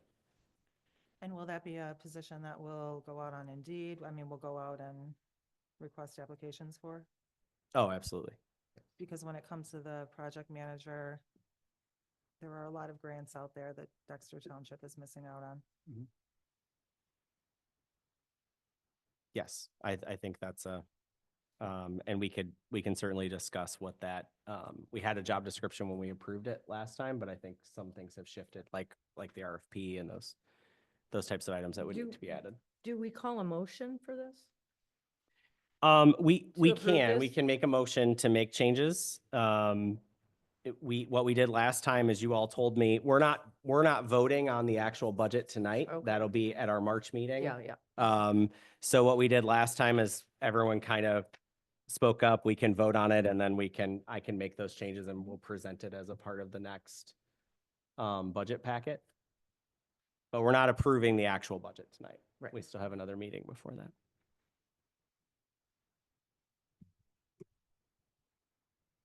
I feel, my own view is that I understand trustee Nolte's concerns about the hours. However, I do think that the treasurer and the clerk understand what they need in terms of their deputies and the hours. So I don't feel strongly about the hours. If those hours are needed, then I approve those hours. But I do understand the concern about the hours, like, why is it that they are needed now and they weren't needed before? And it wasn't that the hours weren't needed before, it was that the other individual stepped up and put in overtime. You- where they that's don't what- need to fill out a form Okay. that says, oh, I'm. That's what you're saying. sign up for Okay. This number of hours, then they get paid a salary. Okay, So- that helps me to understand, Brad. But nobody even sees that, Well, nobody that's why we're knows having the days and conversation. hours That Right. were, that were put in Mm-hmm. to be able to cover for that, Mhm. when the former deputy treasurer got, an assessing job. Mm-hmm. And was still able to come in, the former deputy treasurer was also able to come in at night, on the weekends, to be able to do the disbursements. Okay. So, yeah.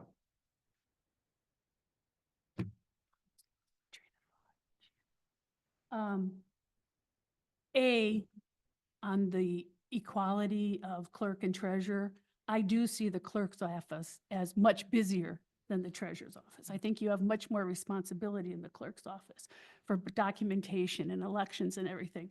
I have no problem with 24 hours over there in handling the clerk's office. The treasurer's office, and we sat at this board and the former treasurer at one time when we were talking about helping where there wasn't deputies and what the office, we were doing a time study of the office. And the previous treasurer sat here and said, I don't need any help, I'm just fine. And did not go along with the time study where the office was offering help was tracking help to the treasurer's office.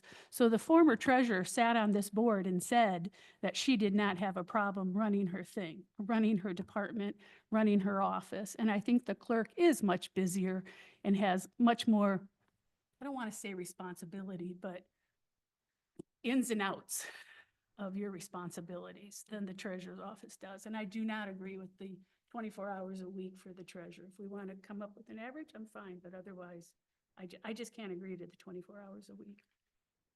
How many days, trustee Nolte, have you spent in the treasurer's office, actually seeing what goes on day in and I day out haven't. in the office? I haven't. I can only go by what I'm told. What you're told by The past treasurer. the past treasurer that put in the overtime to be She- able to cover that? Correct. That's, You're right, yep.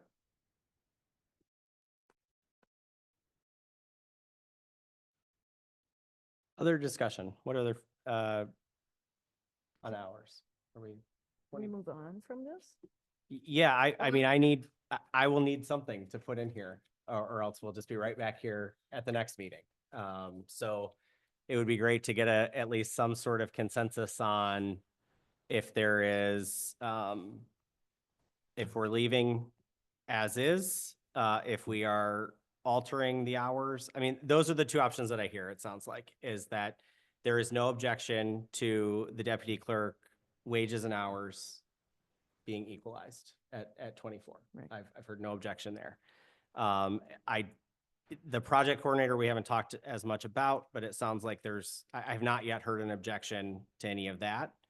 So the question becomes the deputy treasurer, and are we leaving those, at the standard 24 hours, is there a proposal for a different amount of hours? That's really, I guess we can decide that and then move on, because that's where there seems to be any kind of discussion.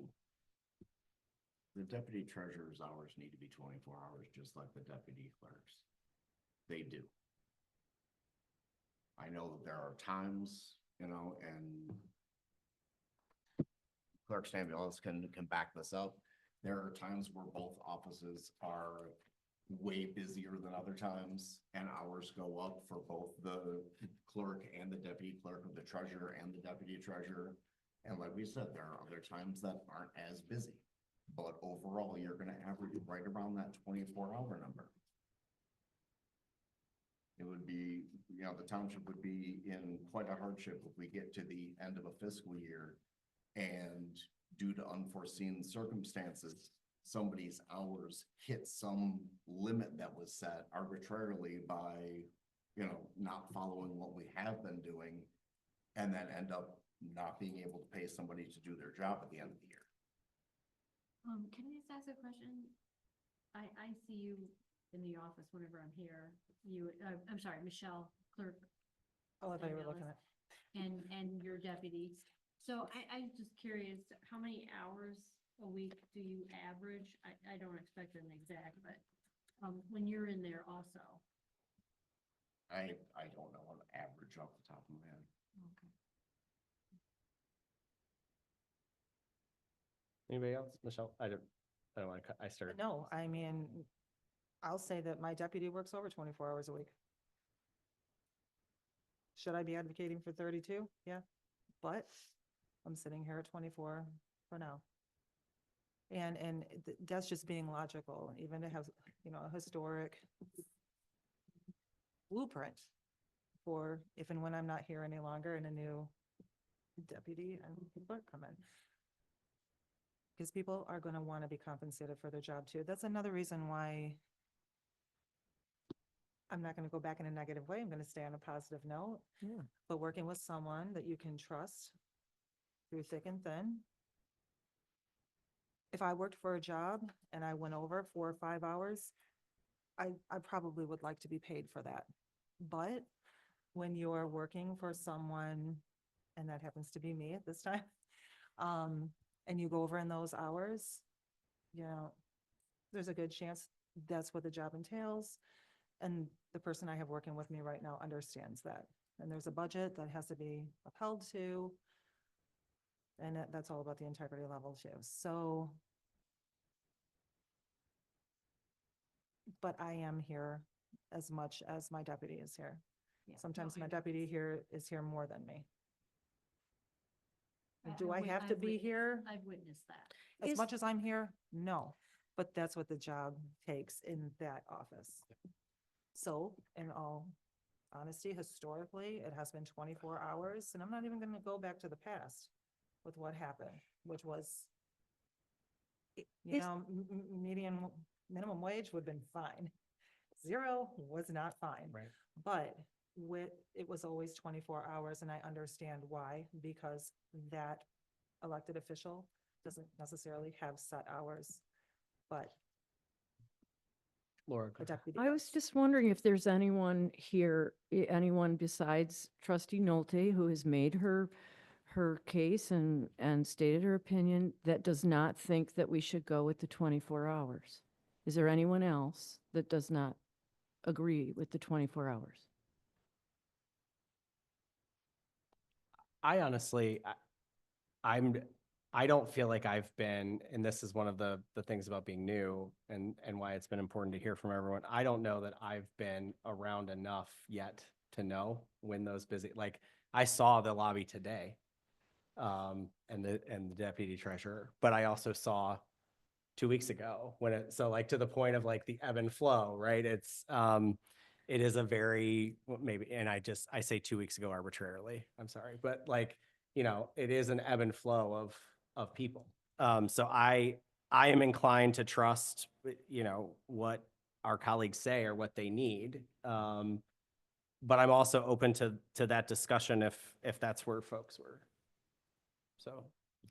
But I'll also say last payroll Deputy Treasurer Metz was around 23 hours, where she could have been 48 hours.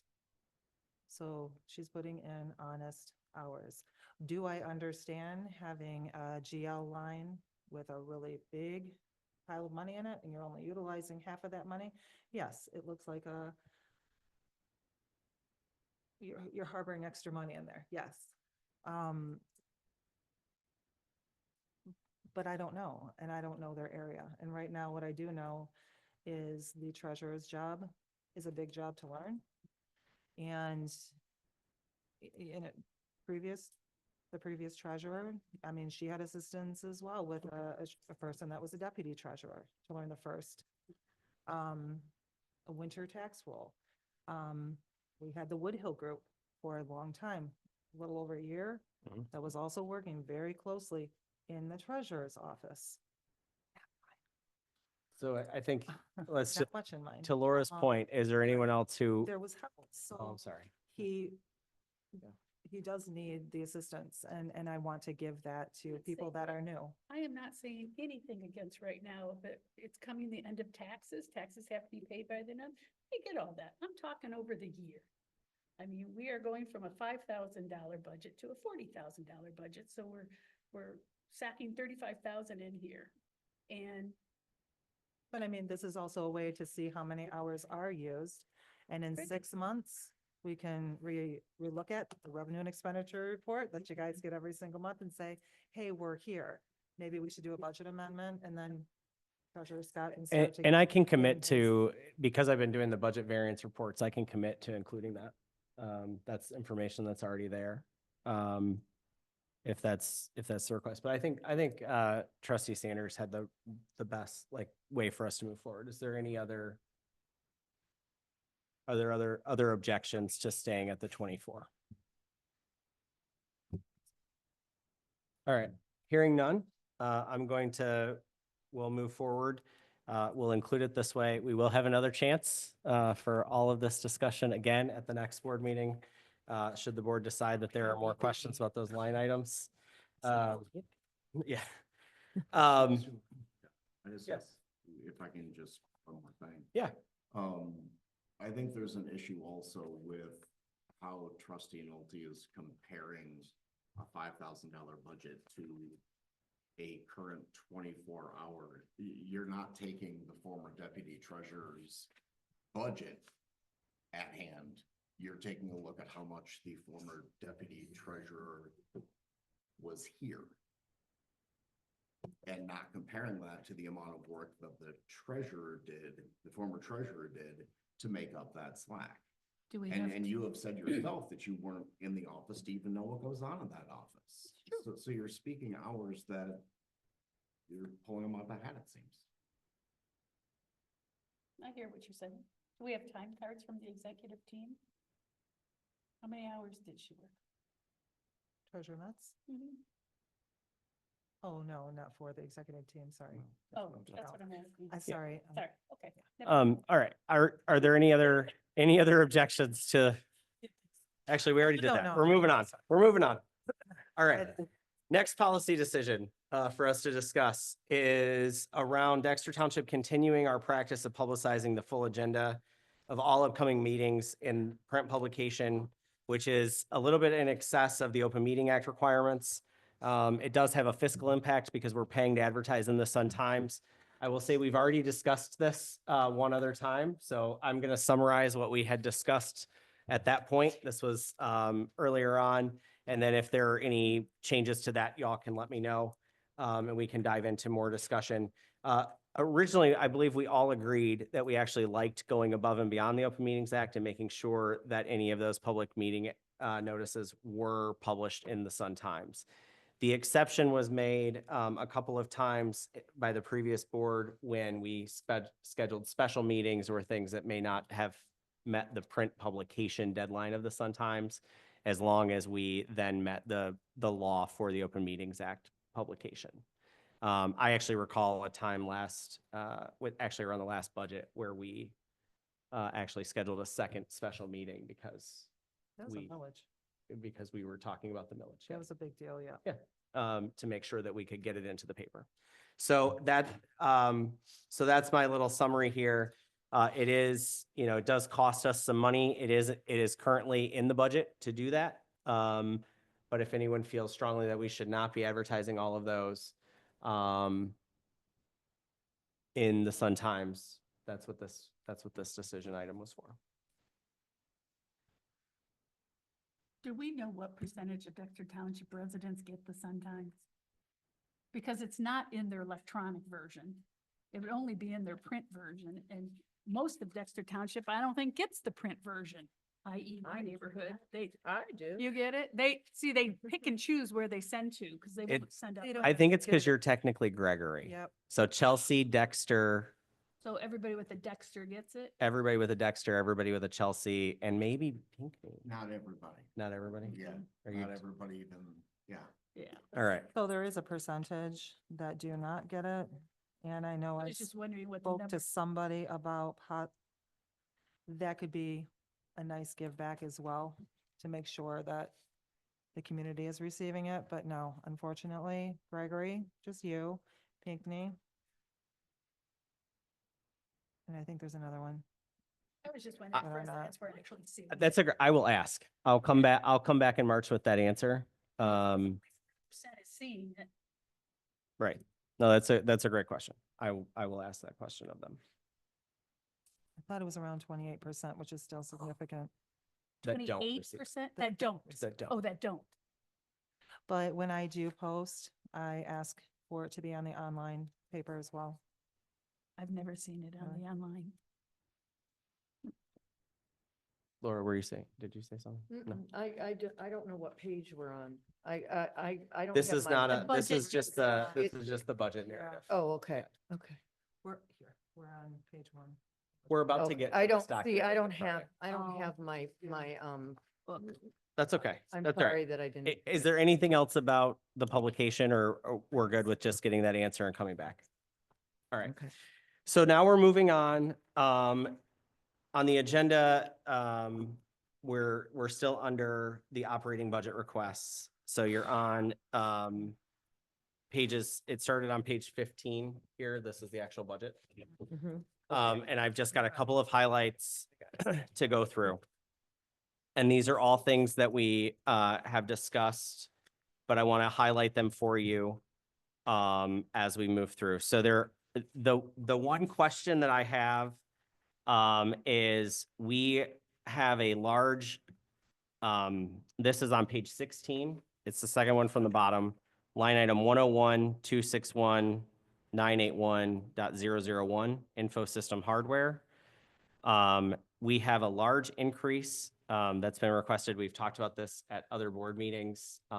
Our office administrator, Sam, brought forward a bunch of information.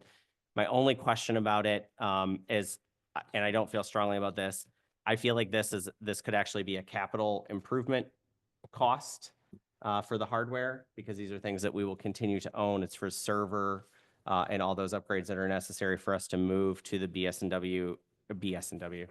I'm thinking about A&W, like it's dinner time. BS and A online software.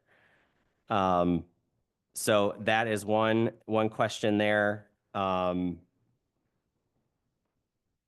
if anyone has a strong feeling about it, I have a nagging sense that the only person who would have had a strong feeling about it is still in Costa Rica.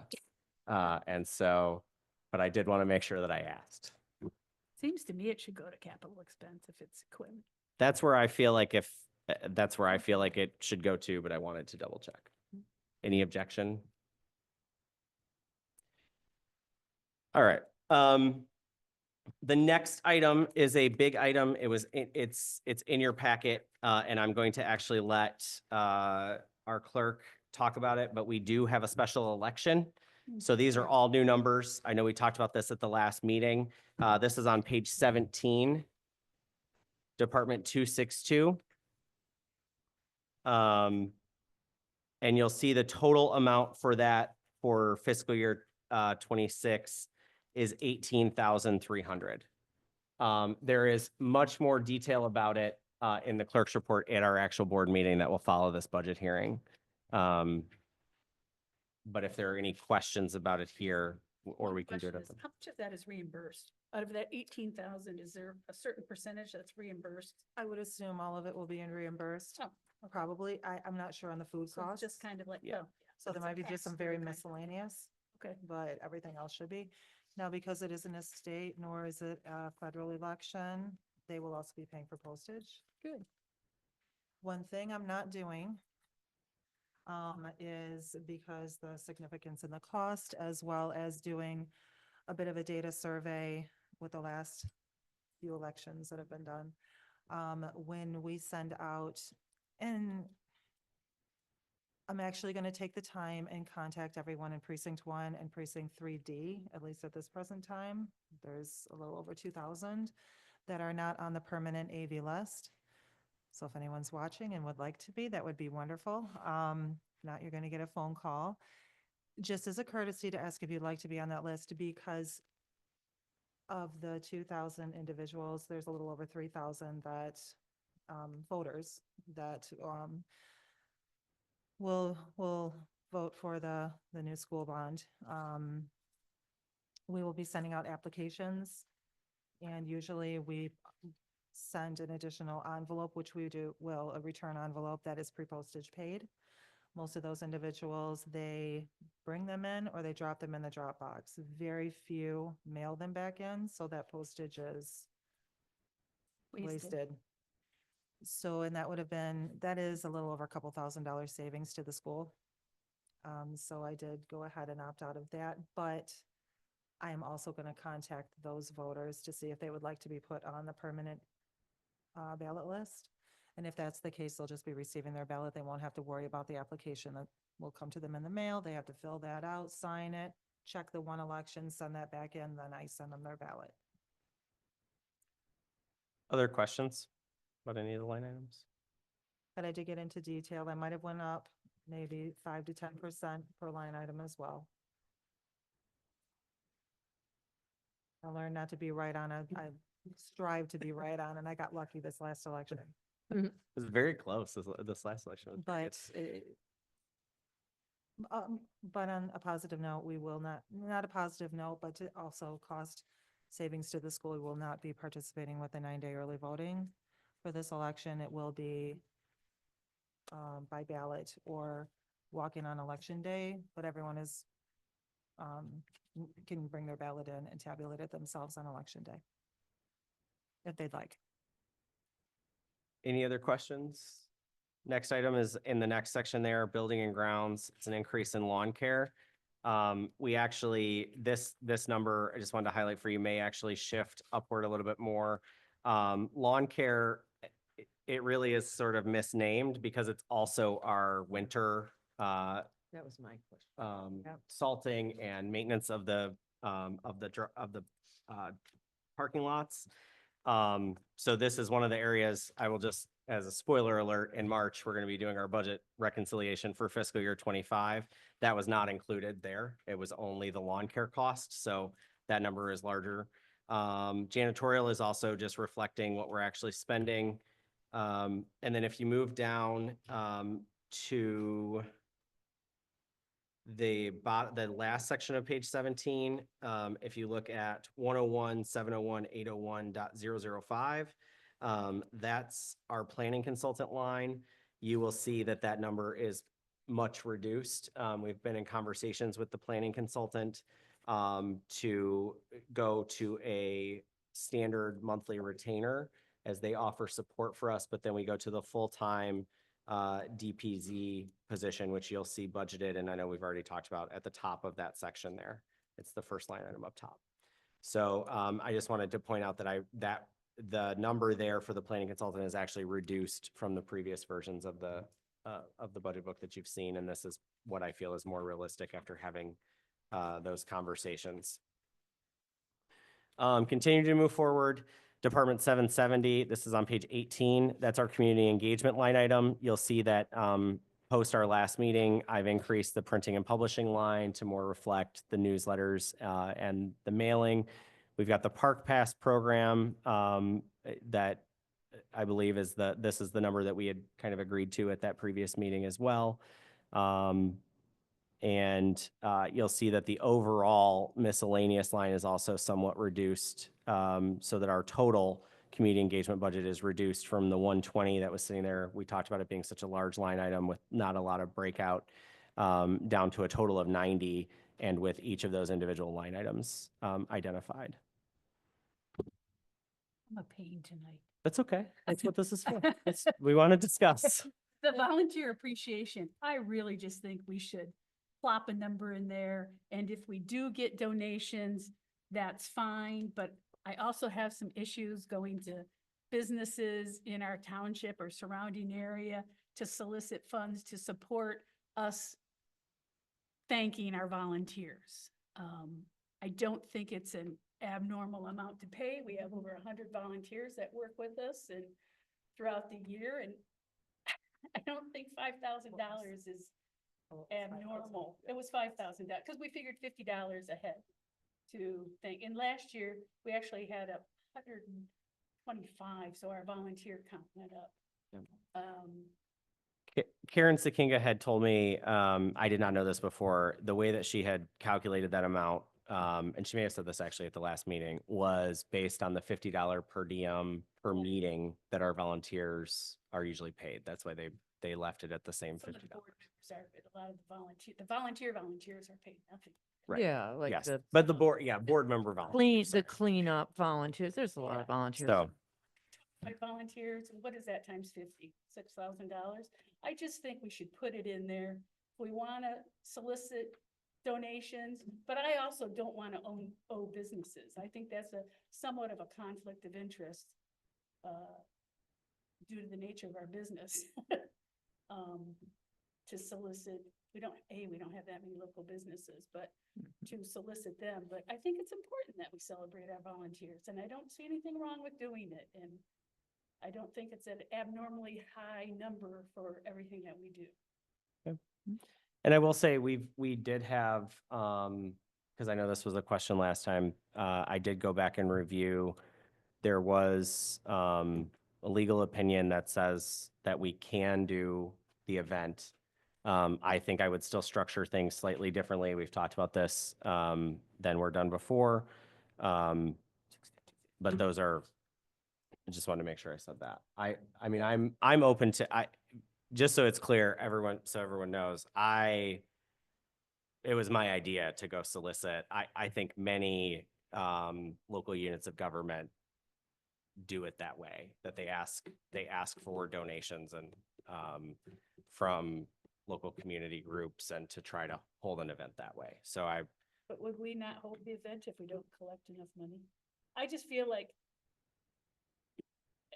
we should put it in there, and if we want to try to get donations, fine, that's great. But in the meantime, I feel like there should be money there to take care of our volunteers. So They do you do have a a, lot. do people have objections? Do people have specific amounts?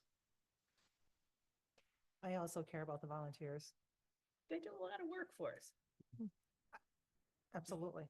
And I understand what it's like to have a bunch of volunteers. I personally do the same thing. I don't know how many businesses we have around here that would contribute. Are we only on the volunteer appreciation, or can I ask a question for the Park Pass? Yeah, you can ask. Okay, so last meeting you said you were gonna go and have a conversation with Park. How did that go? We actually went today. Yeah, we went today. Oh. We went today. I would say the administration piece, I don't think is going to be anything that would be cost savings for us, actually. Like, I don't think that there is a scenario where they handle any of the administration at less of a cost than us, Pretty paid. than us having already sent it to the mail house. So I think the question becomes, what do we, if we change the administration here, if we change the structure around, how it's done And with we did us. find out if we, like this time, we had just under 1,500 people take advantage of the pass program. If we go and buy 3,000 passes, there's no discounts. They will not discount the past price. It's part of their overall strategy and they can't do that. And they did ask us for a proposal around that, but I don't, my sense was not that it would be ready for this year. Yeah. Like by the time that if we were starting early, I think it's gonna, Because we want to run early this year. We want to run September and October to collect surveys and then pop them. I did have an beginning in idea that November. I thought might They would make it like to- easier. They though. would like them, yeah, they would like them to residents by December 15th because they have so many people coming in and trying to come into the park and having to say no. And well, we would have done it last year, but the post office caused a delay. I actually, with us going to, I'm gonna say this with the full expectation that I don't know if it's fully if we're fully possible yet, because we haven't switched. I think with the switch to BSNA cloud, that there is a possibility that the administration of this is very much like taxes, where every individual household or parcel has a barcode that could just be scanned. Thank you. And that, Mm. and that we could then, that the checking of those things would be easier. Verification. The verification would be easier, but again, that's internal and we haven't made that switch yet, so I don't know for sure. So I don't want to say that as if it's, You just said it. but I don't want to say it as if I've said it cautiously, I think, that I don't know for sure that it will actually work. I don't. But it's the same type of thing that we do when someone brings their taxes in to pay and they scan a barcode and it pulls up the parcel. Yeah. We very well, I think, could pull a very similar list for park passes, and that would streamline the administration. Not based on parcels, though. Not based, based yeah, on based on the criteria that homesteads. the board sets, yeah. It's just still a big deal to me that everyone receives one. But it's the same thing. They can receive it should they request it. They're paying for it. So it should just be fair to every single person in the community. Or if they don't want it that way, there should be another option. Because the people that are coming in, they genuinely are so excited. They come in every day. For the park pass? Yes, but that's only that half of our community I that agree. are so excited and they, Go for 100% to participate. Would love it. But again, there's free choice.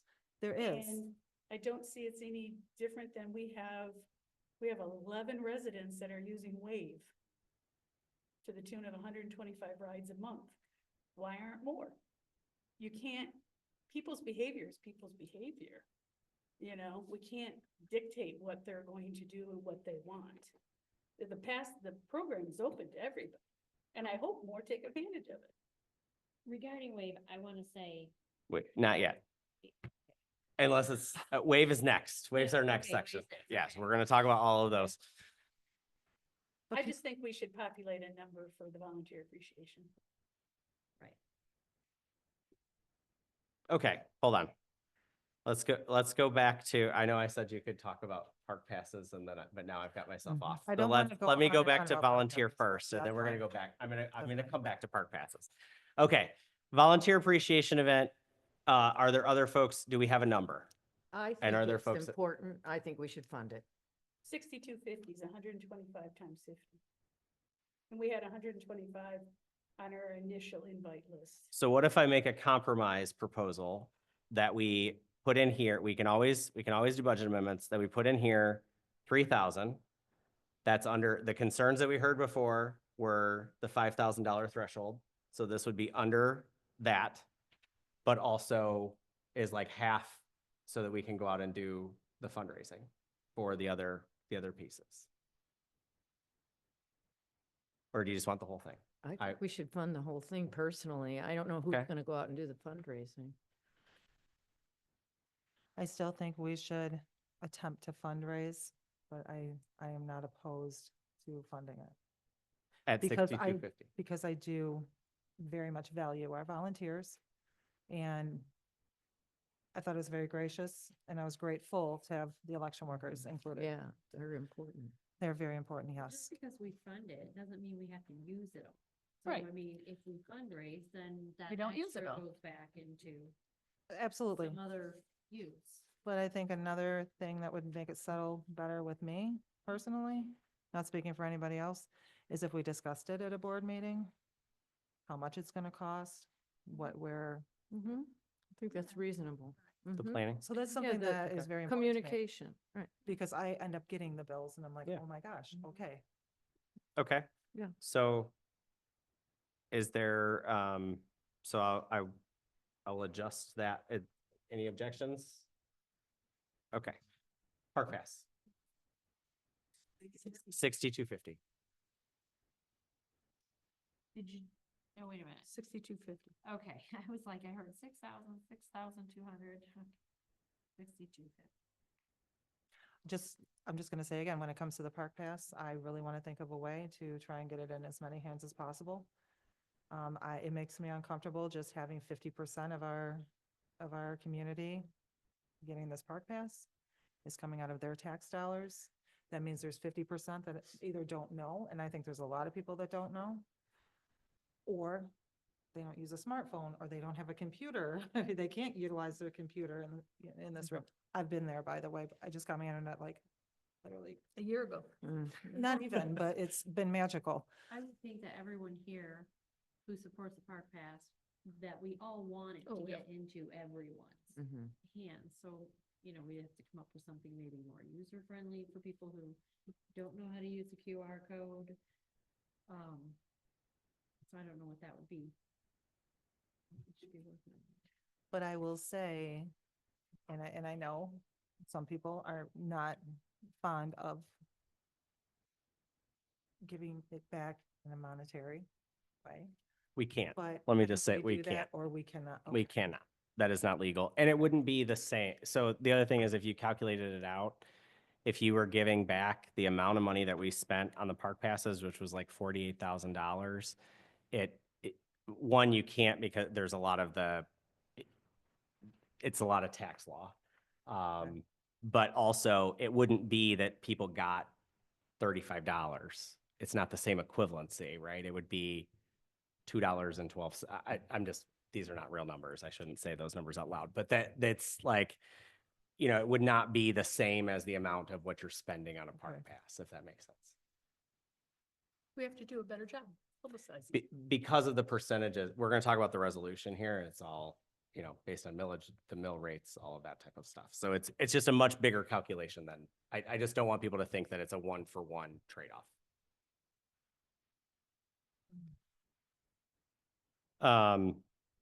Okay, anyone else on community engagement? Community service support.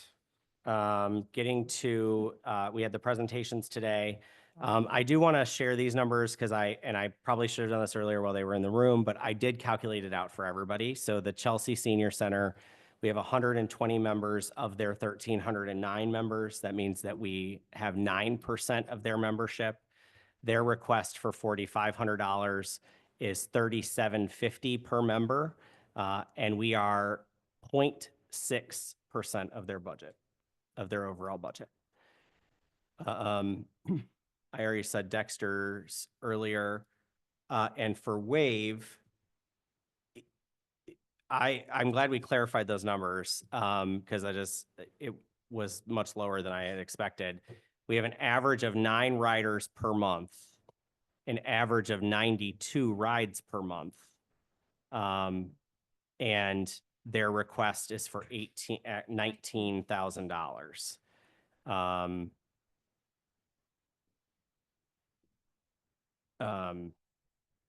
And that comes out to, I calculated at 18 because that's what's in our budget here. That was before we had the number for their request. And that was 1967 per ride.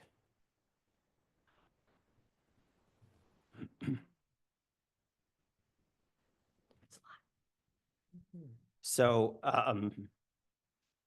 I will say both Dexter, but Chelsea requested 45. Our calculation here just with that was 4,200. So unless anyone objects, I'm happy to change that to the 45 that they Agreed. requested instead of the 42. What do we think about Dexter? That's the question. Dexter and Wave are much larger appropriations. Their cost per per member, Chelsea's member per cost is $500 and some, and Chelsea's is 820. I mean, sorry, first opposite. Chelsea's 500 and some per member, Dexter's 820 per member. That's substantially different, and I think a lot of that is Dexter getting going. I mean, they're in a high visibility, they have a big building now, they have a lot of, they're making a huge shift in their operation. They have no operation. Well, they Money. had the little annex to the Encore. Well, yeah. Yeah, they had $100,000 budget, now they're at 350. Yeah, I will say, I want to be supportive, but this is very similar, I believe, to the conversation we had when they came back last time, Yeah. and we were promised Yeah. that they were going to start doing all of that. It was a different executive director. They've been through two, I think, since that point. But we were promised that they were going to start doing those pieces. And then when we get the information again today, it's Same with this money, we're gonna start doing these things. Okay. So I have a little bit of a concern, one about the amount. It's a huge amount of money for, you know, and this is kind of similar to the park pass discussion that you were just having. This is 57 residents Mhm. that are using that service. Now, I think it's important and we should support. And what I really liked about Chelsea's presentation too is they're working with Wave and with all these other things that we support, which I think probably is why their cost is a little bit lower in those ways, because those partnerships are already established. Plus they're established, yeah, they're Mm, established yeah. and growing. Yep. And the other thing we have, you know, Dexter going through their growth pains, and how is Dexter going to affect Chelsea? I mean, we haven't seen how that impact's gonna fall out. I mean, somebody's, you know, a lot of Dexter people go to Chelsea now, in theory. Not according to the wave, but in theory, I know a lot of people go to Chelsea. Now, how many are gonna shift over to Dexter? I think $19,000 is a big reach For Wave, for, Dexter. Dexter, that's 15. 15. 15. Wave was 19, yeah. I think 15's a big reach. I do too. I want to be supportive. I want to get them off. And that's why I was asking how much money is in the reserves? Like, how much is the school board holding in reserves to help them launch? I mean, this was a federally funded project for all these buildings. I don't even want to go there. That's frustrates me, that whole scenario, but there is the senior millage that just was passed. Mhm. So how does no one know what percentage that Dexter going? is going to get? Or does anybody know? I Maybe don't. We should find out. I think, Yeah. so I'm gonna make a recommendation just to try to, Please, Please, yes. I know. Let's move For all of on. you sitting here, I've tried Summary. really hard to keep us at 2-hour meetings and we haven't even started our regular meeting yet. So, so I would like to recommend that we set them both at 4,500. For Dexter and Chelsea, they've been the same in our budgets for the past couple of years. And then if there are additional requests like they did before, they came back and asked. Do you think No? it's too high? No, I think it's too low. Oh, I know the importance of the senior center. I know it's important. And they finally have a home, which is very new to their own home, which is very new to them. They need support. Well, what would you recommend? Yeah, what I would, don't know if it's really, they have a new home, but over at Encore, they pay it $1 a year. I understand that. At this one, they're paying $1 a year for their lease. So is it their home? No, it's really the school I know. system's a home. So, and are we increasing school taxes to help cover this? I mean, these are a lot of, I don't think. I don't that wanna it's go a there with the grant, school. but- So what would you, don't even wanna talk all about right, the so what's school. your proposal? I would propose the 9,000 we gave. oh, from the ARPA funds? From Yeah. 2023? Yeah. And then if we find that this will give us time until our next meeting, hopefully we'll be able to see, and I'll feel better. Why not support With the Chelsea senior. with the $9,000? They're established, they've been there for years and years. They have a community that backs them. They have a village. They have a record. Absolutely. They didn't ask for it. Bingo. Mhm. Yeah. Okay, And we haven't supported our senior center like that. so we, I agree with Michelle's 9,000? recommendation. All right, we'll put it in there and we'll bring back information next time.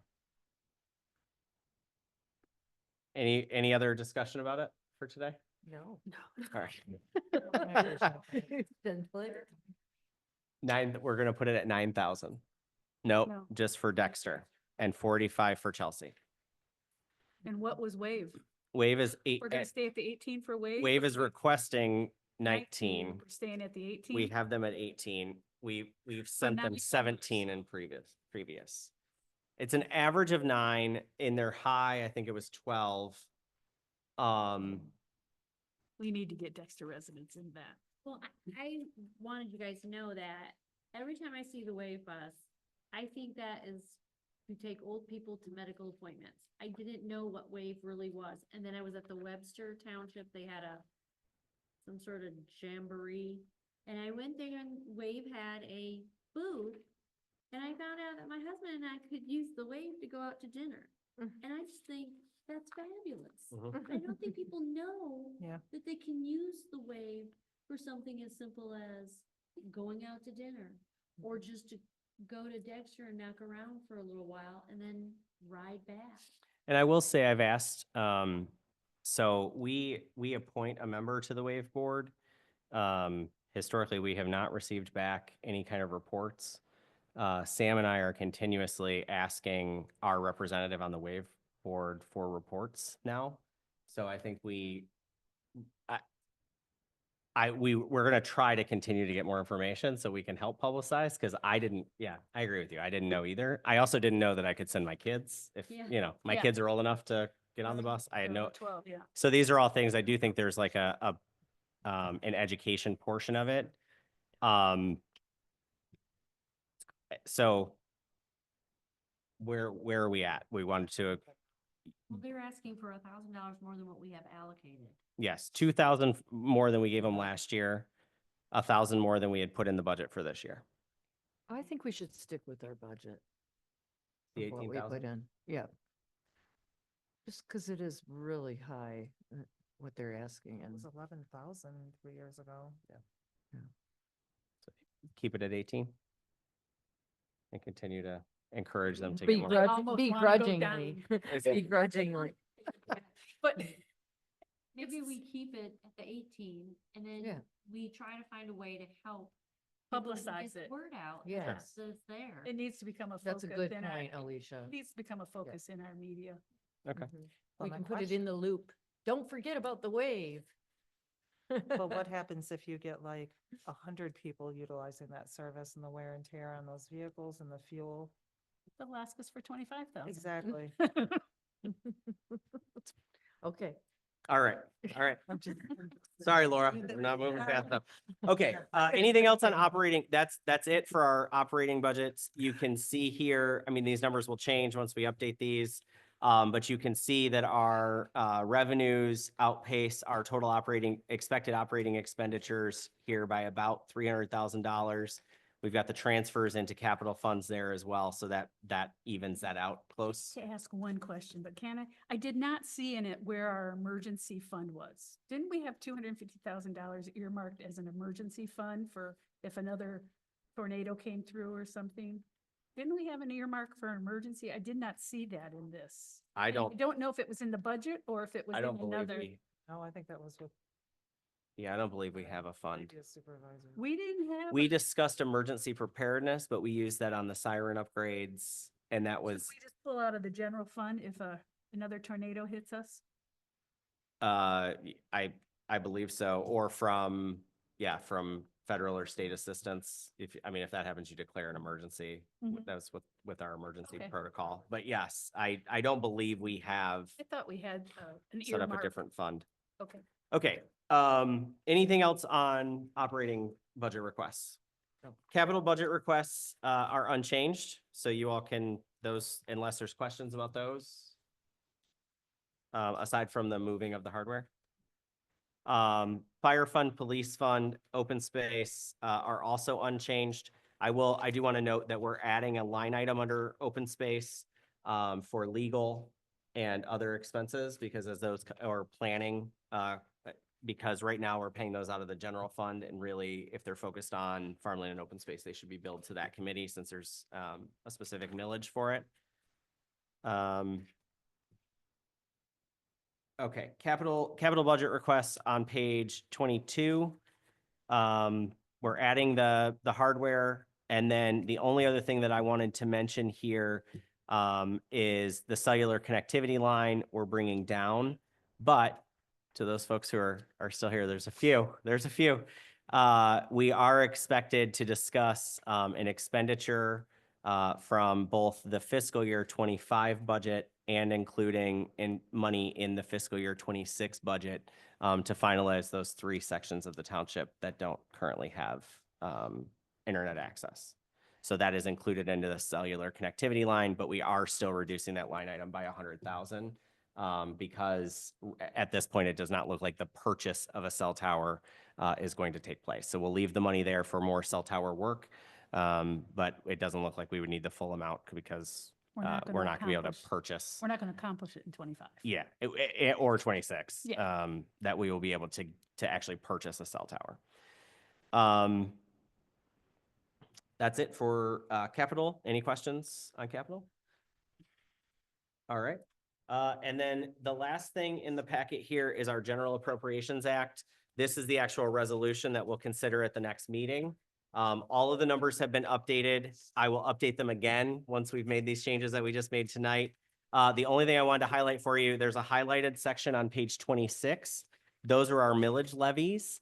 And these were confirmed by the assessor, but the actual Headley rollback that could take place, we won't get until the end of April. So we're going to budget based on all of this, knowing that things may shift slightly based on what those rollbacks may be. But that's just what we have to do to make sure our budget is in place in time for our fiscal year.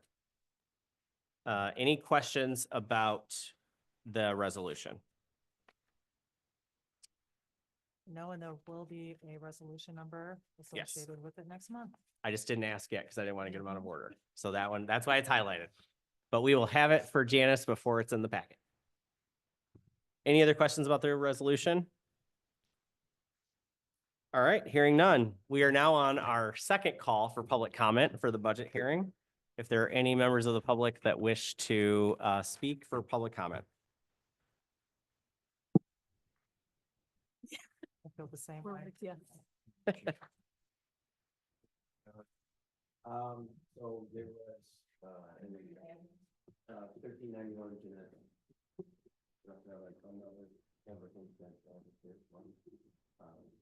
So it was discussed, that there's a possibility of funding from the cell tower to be reallocated into, build out into those areas. So when would something like that go? What was the timeframe? In about 20 minutes. The first one is going to happen at our next board meeting.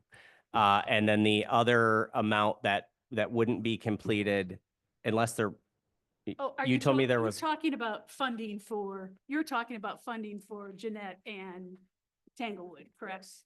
In about 20 minutes, we'll have that Yes. discussion. Okay. at our next board meeting. And the rest They that's back there up is to each other. there were actually 3 sections, and one of them we didn't believe would be able to be completed in this fiscal year, but our next fiscal year budget that we're discussing will be passed in March and starts April 1st. I'll explain that in the presentation. Thank you. Thanks, David. And again, I broke my own rule because we don't usually take questions, but you've been here for hours, so I feel like. Let's go. Any other members of the public wishing to comment? All right, hearing none. We will move on to any other issues, comments, or concerns from board or members of the staff around the budget. Hearing none.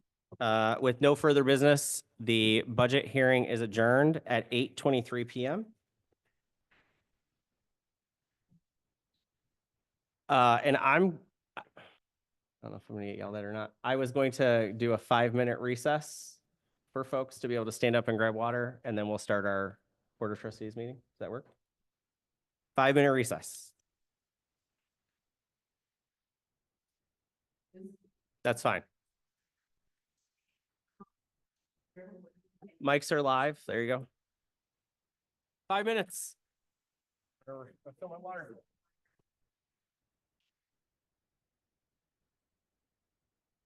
It's gonna lose my.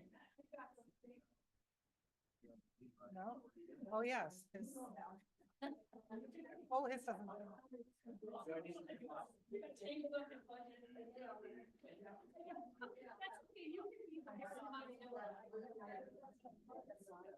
Yeah, I'm gonna hang out. I'll hang out.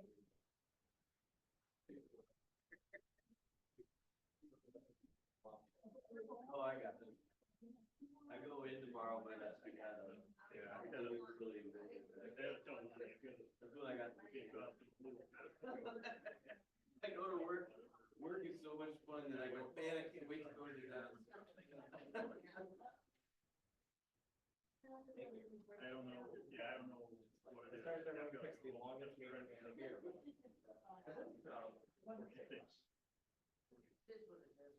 Tomorrow. Yeah. So, yeah, I'll stick around with it. Just extending my hand. Meeting everything out and I got a feeling like it might relax.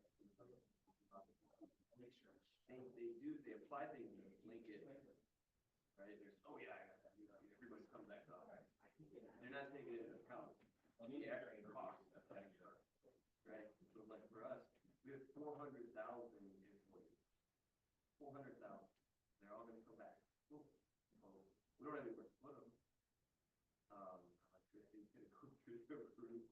Oh, let's get it. Now we need one computer. We need one. Turn it up. The amount of money that's gonna be spent, it's not taking in and gonna be the same amount of productivity.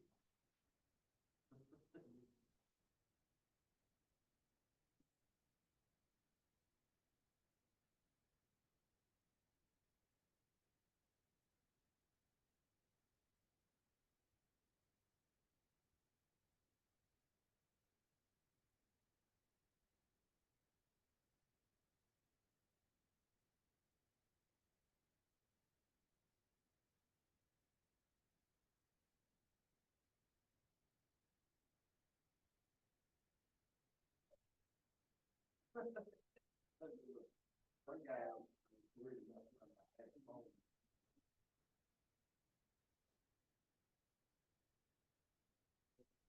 And it's that up here, if anyone wants to water.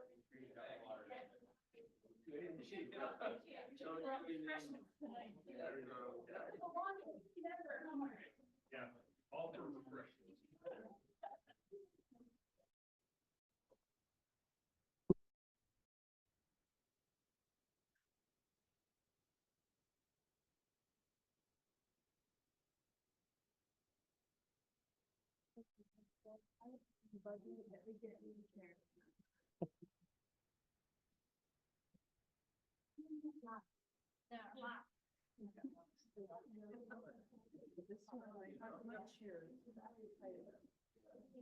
Down lower.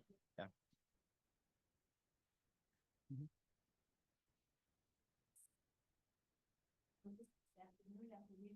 I have to pull that out of the Yeah. If you can pull, it's just a tiny little thing, but I think it's like a fix for me. Yeah.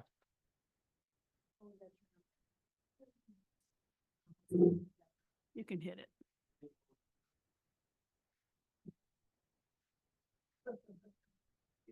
We're missing 2. She tested 3% stated Kentucky inside. So that's why you have dead animals? No, so what happened? We found that in the attic of a church that was completely like normal. Yes. So we put it in a jar and kept it. Well, that I And can then it led to a fraud that we found it was normal. Oh, it's, I've been thinking. All it's right. cat. And if you turned your microphone off, please turn them back on as we get started. Okay. We're all in the room. So I'm gonna call the meeting to order at 8:29 PM. And we will start with our acknowledgements with the optional pledge of allegiance. Pledge allegiance to the flag of the United States of America, and to the republic for which it stands, one nation, under God, indivisible, with liberty and justice for all. Thank you. We'll now go through our roll call and conflict of interest check. Trustee Nolte, Here. Trustee No. Abbott, Here. Treasurer Metz, Clerk Stamboulelis, Here, no conflict. Trustee Sanders, Here. Supervisor Scott here, no conflict, and Trustee Sakinga is absent with prior notice. We'll now move into approval of the agenda. Are there any changes to the agenda? Sorry. I have to. Trustee Nolte. Is that pulling out of the consent? I need to pull approval of a minutes out of the consent agenda. I have 2 words that need to be changed for legal reasons with multi-links. So, would you like to make that a motion? Or, Oh, to make the changes right now? Can I do that and then just leave it in there? yeah. Okay, so, in the minutes, under the, Oh, no. Oh, The approval, the motion to remove. yes, I'll make that a motion as amended. Support. So, it's been moved by Nolte and supported, by Clerk Stamboulelis to remove approval of the minutes from the consent agenda, and they will become letter A in the action items. All those in favor, please signify by saying aye. Aye. Any opposed, please say nay. All right. The agenda is approved with that change. This is our first call for public comment on agenda items. If there's any members of the public wishing to speak. All right, hearing none, we're going to move into the consent agenda. Again, that was amended, so the consent agenda is now approval of board and committee appointments. I do want to make one comment about these as we move before the motion is made. You'll see that the names are listed here. I want to thank Marty Straub for helping me correct some of the dates. So the new items that you'll see, they were passed out before you. This is the correct version. And what was corrected here is there were some of these terms that did not match what was on the website, but more importantly, did not match when their actual terms were. So these terms have been corrected on this document that's in front of you, and will be corrected on the website once they're passed today. That's part of the consent agenda. Is there a motion to approve the consent agenda? I'll make Yes. that. Oh, sorry. Clerk Stamboulelis and supported by Nolte. Sure. Any discussion? Hearing none, we'll move into a vote. All those in favor of the consent agenda, please say aye. Aye. Any opposed, please say nay. The motion carries. We'll now move into action items. Our first action item is approval of the minutes, and Trustee Nolte. Yeah, under call for public on non-agenda items, we have Sarah McCray was here speaking, and just the sentence that says the bathroom is not part of the living quarters, so it is not necessary. That's not legally, that's her opinion. I don't want that to be in the minutes to make it look like we accept her opinion as reality. Does that make sense? Like, in her opinion, it wasn't needed, but in Multi-Lake's opinion, it was needed. So, Strike. Expressing her opinion. yeah, but the minutes don't say that. It doesn't say that it's her opinion. It makes it look like it's a reality, and it's not necessarily that reality. Do you know, I don't, Rather than you come to the point you are expressing your opinion, you're not representing it. So pretty much she is just her opinion. her opinion, and it is public. So it's comment. always these minutes are taken as their opinion. I don't want to get into a legal thing because we're doing something else in another, and I don't want to have a legal discrepancy is why I question that. And I understand your concern, but because it is public comment, Mhm. she's just standing up and expressing her opinion. I know it doesn't say her opinion, but it is public comment, Okay, is what Janice. then it can stand. I don't care. I mean, I'm fine with it. But no, I understand your Yeah. concern, so it's good to bring up. Any other discussion of the minutes from our January 21st, 2025 meeting? Hearing none, is there a motion to approve the minutes of the Board of Trustees meeting from January 21st, 2025? So moved. Moved by Nolte, is there a second? Second. Seconded by Abbott. Is there any discussion? Hearing none, we'll move into a vote. All those in favor, please say aye. Aye. Any opposed, please say nay. All right, our next action item is on page 13. That's acceptance of financial transactions. Is there a motion? I'll move to accept the financial Been, transactions. been moved by Sanders. Is there a second? Second. Seconded by Nolte. Any discussion? Hearing none, we'll move into a vote. All of those in favor of accepting the financial transactions, please signify by saying aye. Aye. Any opposed, please say nay. Motion carries. And our next action item is approval of the capital fund expenditure for broadband. Trustee Nolte. Almost 20 minutes. So this is carrying through from last month's conversation, our 3 roads in the township, 3 little areas in the township that still do not have serviceability to their area. As I said, last month, the DNR did sign off on the easement permit for the Glenbrook off of Hankard, and everybody's been notified, the residents. Charter's now working with DNR and getting invoices, and it's off and running. So the last 2 we have are Jeanette Drive and Tanglewood. And I will say, I didn't mention the streets in the loop, but they figured out who they were pretty darn fast. And kind of reached out. So we have 2 things happening. Mercury defaulted, as we know, Mercury defaulted in the township. At first I was like, woohoo, we're gonna get the money back from Mercury. Woohoo, no, we're not. Mercury will have to pay fines back to the government, but those go into a fund, a universal service fund. If you have a landline, you'll see that on your bill. And that money is distributed into other rural communities. So Dexter Township will not see any money with Mercury defaulting on the award in our township. So for Jeanette Drive, we knew this was coming because Mercury defaulted. And we got a bid, and we have the engineering study all completed with MEC, and they're ready to go. If we say yes, they will start building, depending on the weather, you know. And on Tanglewood, engineering is still working. Charter is working out their engineering on Tanglewood. I could have that in 2 days. I could have it in 2 weeks. I'm not sure. The big problem becomes where they have no funding to cover these, and the only expectation is with BEAD. BEAD goes into funding later this year to be available late 26. But with the current and federal administration, that has already been frozen once, and it's been unfrozen. So we don't even know if BEAD will be available in 26. With the cuts that are happening on the federal level, we really do not expect BEAD to be there and to be funding any of the broadband. And how do I say this nicely? Funding alternate companies to somebody that's working high in our government right now.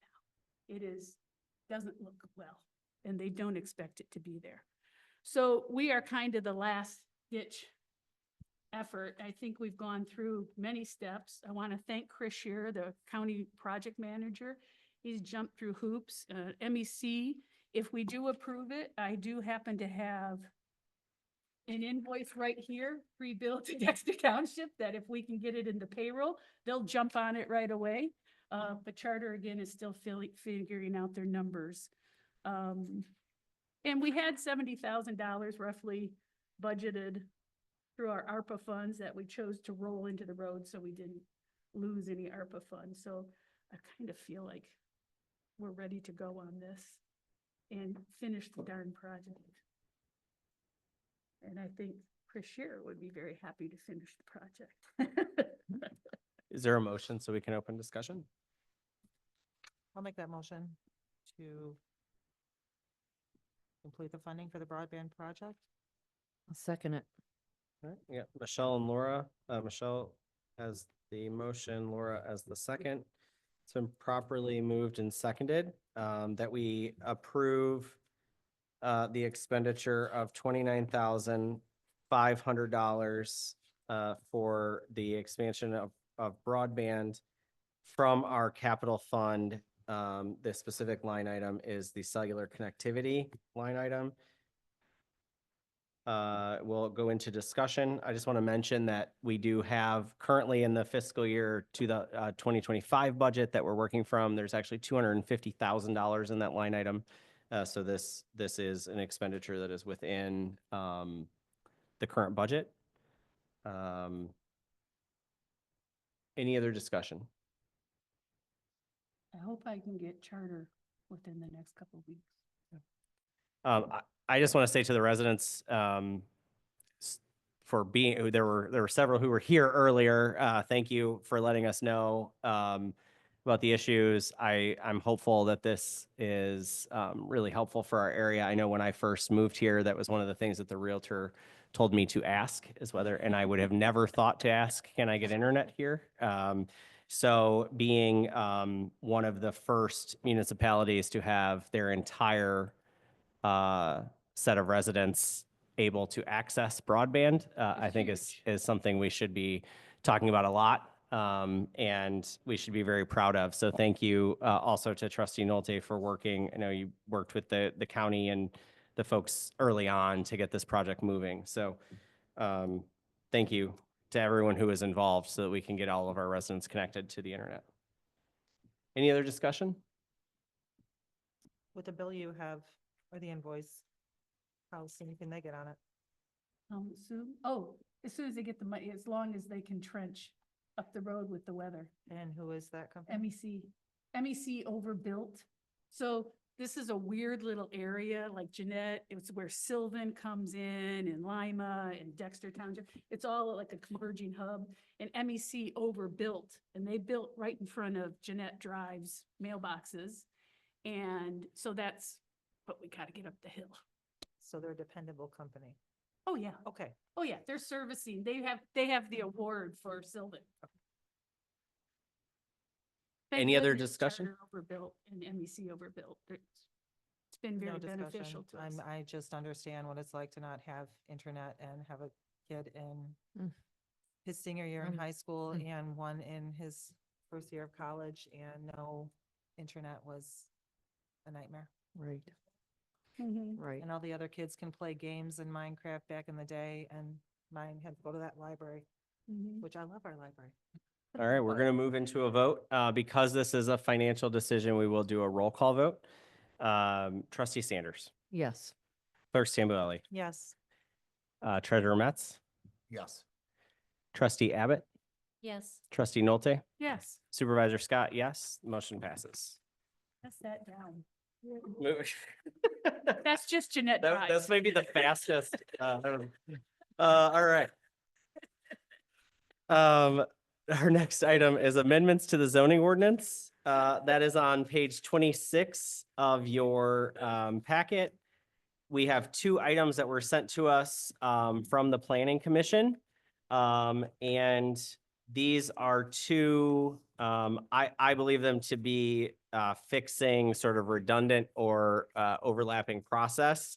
I don't know if Marty or Alicia want to say anything, or if there are any questions, if we want to just move forward unless there are questions.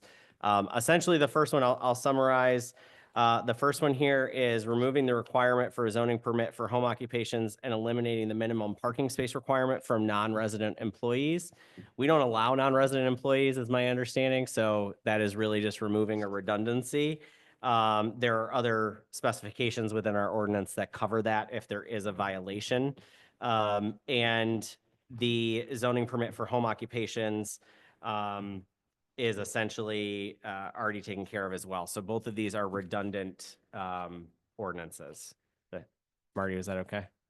Anything else I should say? Sounds good to me. The second one is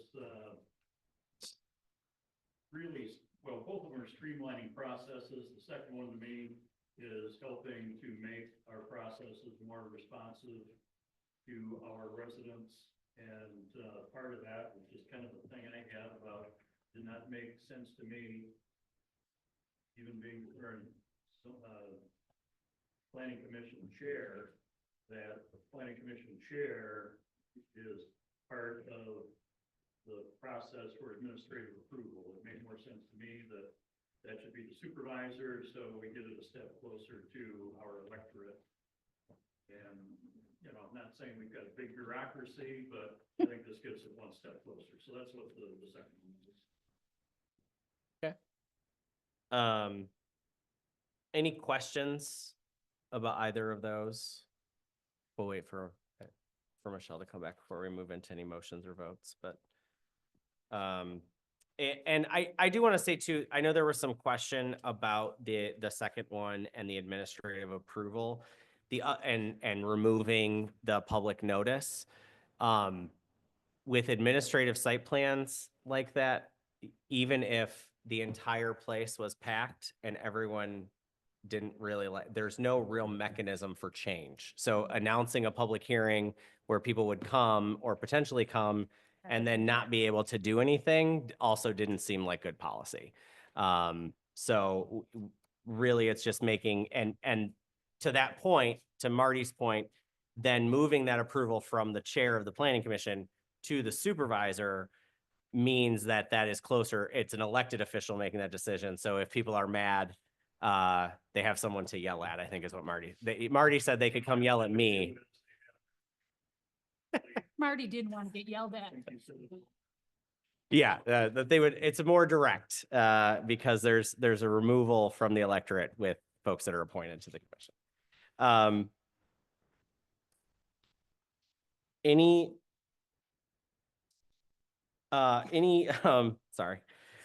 questions before we move into discussion? All right, is there a motion? And we're going to take these one at a time. So the first one is the change. There's language for the actual motion on page 28. And the resolution number for this one is resolution number 25-682.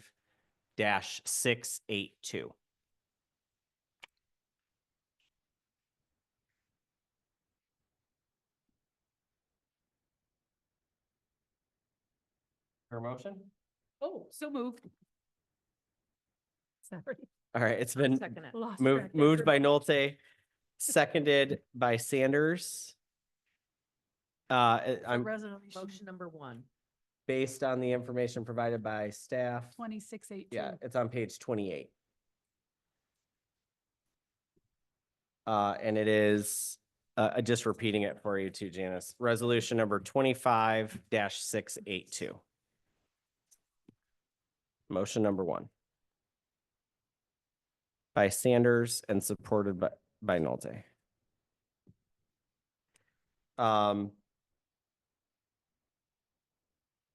All right, any discussion? Hearing none, we'll move into a vote. This is it's a resolution, so we'll do a voice vote. Laura, Yes. Michelle, Yes. Brad, Yes. Alicia, Yes. Karen, Yes. myself, yes. Motion passes. We'll now move on to the second one. And this would be then resolution 25-683. Is that right, Michelle? Correct.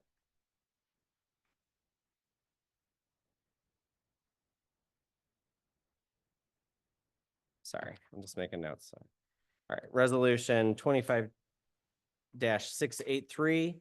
And there are motions, sample motions on page 35.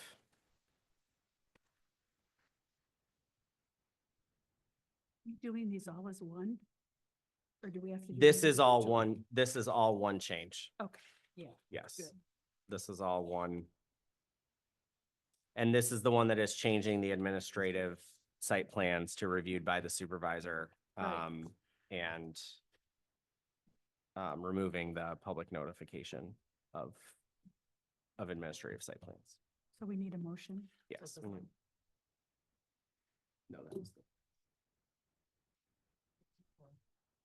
This one is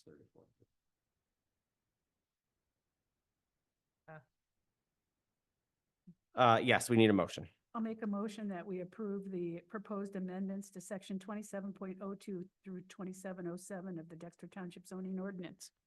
Resolution number. All right, it's, yes, 25-683. 25683. All right, so Resolution number. it's been moved by Nolte. Is there a second? Seconded by Abbott. Any discussion? All right, hearing none, we'll move into a vote. We'll go back the other way. Karen, Yes. Alicia, Yes. Brad, Yes. Michelle, Yes. Laura, Yes. myself, yes. Motion passes. All right, we'll now move into discussion items. And this is around healthcare benefits. This is another item that we are starting using our 3-touch system. I know we talked about it at the last meeting. And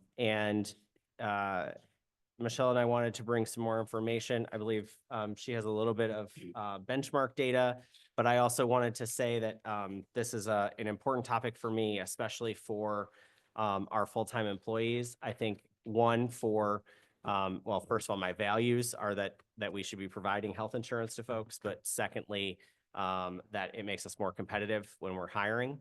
And that it's just something that I really would love for us to finally be able to do. We've talked about it a few times. We do currently provide a stipend for full-time employees towards their health care, but that is not the same as offering a specific township-based plan. And so we wanted to bring some information forward, especially as we talk about it. The numbers that are currently in the budget for fiscal year 26 may have to change slightly because we don't have exact numbers, but would include an actual healthcare plan as opposed to just the stipends that we've been supplying. And I'll turn it over to Michelle. Okay. I have brought up the importance of having a health plan here, a group health plan. I've also brought it up for the possibility that I'm hoping that the Board of Trustees would consider entertaining for elected officials either to buy into a group plan or possibly even a 20/80 split. So I did reach out to our sister community, Webster Township, and they are in the process of doing the same thing, bringing a group plan. I will say currently, I just wanted to bring to the board's attention that our office manager, her stipend is $573.92 per month. And our current DPZ, his is $648 a month, which he's paying more for his insurance than we have allocated for his stipend. Our office manager, Samantha Edwards, who is not here right now, has went ahead and gotten some pretty fantastic data, which would almost cut these in half, around 300-ish per individual that wanted to be in a group health coverage plan. So I will have this information next month, but again, I just wanted to bring the importance to the board of the idea of bringing health coverage to not only our staff, but with the possibility of elected officials. Because I do agree that excellent township operations require us to attract and retain excellent employees, and healthcare benefits are essential to doing so. We are part-time. We are public servants, but it would be a fantastic benefit if elected officials especially had the opportunity to either, number one, join the group or even have a portion of it paid would be fantastic as well. And that's all I have right now. I know I have brought information to the board before. I know currently Lima Township does participate with the MERS direct contribution as well as the direct benefit. Dexter Township used to have those benefits. They were canceled in 2019, but we did have probably 5 employees up until 2022. The last one left in 2022 retired. That was still grandfathered into those benefits. And that's about it for me right now. Any questions or information? Yeah. Question, you said something about it's gonna cut down to $300. Is that cutting what the township pays for them or just cutting their insurance costs? So what Sam has came up with, and she came up with, I believe, 3 different types of insurance. It's around $300 to join, when you're joining a group plan. Yeah. So right now, like I said, Sam is around $372, or I'm sorry, she's $572 a month. And Michael, whatever insurance he has, he's 700 and something, Okay. but we pay up to 648. Can I ask if you share those numbers with me? Because we have the same issue at Multi-Lakes. Sure.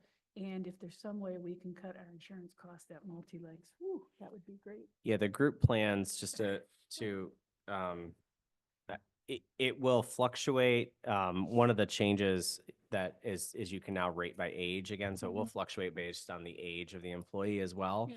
But the problem without having a group plan and with everyone having to pick their own on the exchange, when you're doing that by yourself, is more expensive than the same plan when you're in a group. And for like Michael, for example, his was, I believe Cobra, which is one of the more expensive options that you can even have. So and that's based on what is available, for folks. So offering the group plan will substantially in that instance. If there's any chance of linking and I don't know if Multi-Lakes is open to this, I'm free thinking as I hear this. It would be wonderful. But they have a lot of young people over there, so it would. And we can't share. So I don't know if that's what you were thinking. do you It mean would we be can't wonderful if, let's say, Webster Township if we wanted to share the same group plan, we can't, You can't share. no. You can't- Which is really Oh, because they unfortunate. have to be an employee of Dexter Yep. Township. And that's why, I would share the information with Multi-Lakes though, because I just. Oh, I absolutely. think they're doing. and what Sam's came up with is wonderful, but you have to have 2 to 3. Is it 3 to get those rates? I think 2. Okay. Okay. But I mean, even for an elected official, and I will continue to advocate for this, for the importance of any type of a benefit is a wonderful thing. And I think healthcare is definitely one of those important benefits. Any other discussion? So this will come forward again at the next meeting as an actual action item, in the form of, we'll be making some policy decisions because it's in the budget. So we're still trying to do the 3-touch with it because it's a big policy change, but if you will have the opportunity to comment on it, or we can discuss it again. And just a couple seconds more, David Rohr and Trustee Sickinga back in 2022-ish, they did work together to come up with language, which was nice. So I did dig that out. So I'll incorporate that information that they worked on. Any other questions? All right, there are a couple of items that are a first touch for the board that I want to make sure that we mention. And one really important thing that I want to make sure is highlighted from the Office Administrator report. So the first one here, and I'm sorry, we moved on to Q&A, Staff and Dexter Township Committee reports on the agenda. The Office Administrator report, I want to make sure that everyone noticed, we are transitioning starting tomorrow to .gov email addresses. There will be no change on any of your end. Things are still going to be forwarded coming through, but we're going to start to slowly start this migration over to the .gov email addresses. The website has already been changed. As a reminder, this is all based on security and having better security with the .gov as our domain. Sam lists more details here, so I'm not going to just read it to you, but please make sure you read that section of her report. I also want to mention that we will have at our next meeting, a budget variance and some fiscal year 2025 budget changes that we will need to make.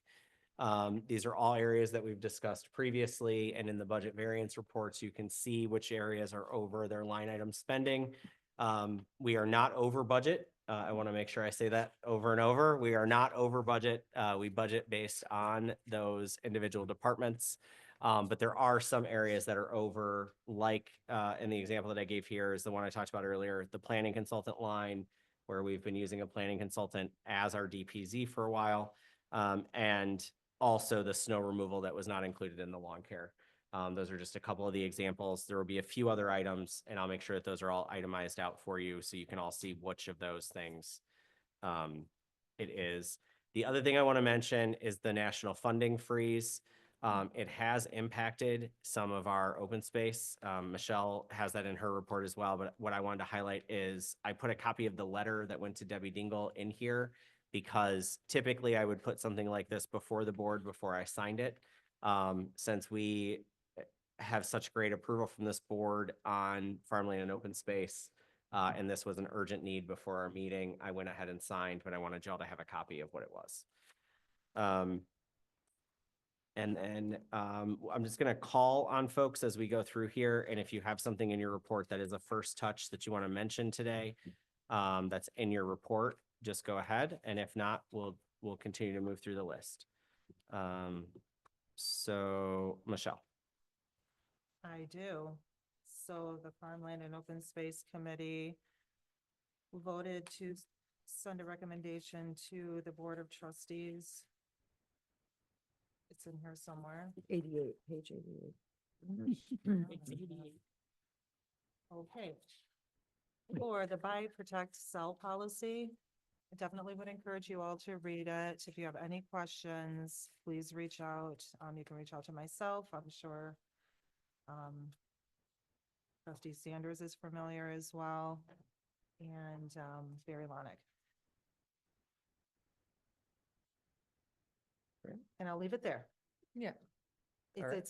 it's not for us to be landlords, but it is, if the possibility did arise that a property came up for sale and we didn't have the means or the funding, especially with the federal grant freeze that is more or less coming, we would have that opportunity with this policy. I'm just giving a really quick recap, to purchase that land and then sell it. But that have the time to do so. Temporary ownership. Absolutely. Treasurer. It's the development rights. We got the check disbursement, planning and zoning, we did open space. We did. Trustee Nolte and Trustee Sanders, inclusive flag month. Go, Laura. Oh, well, you wrote this, right? Tell the concept. This is You just, go ahead. it's just a quick.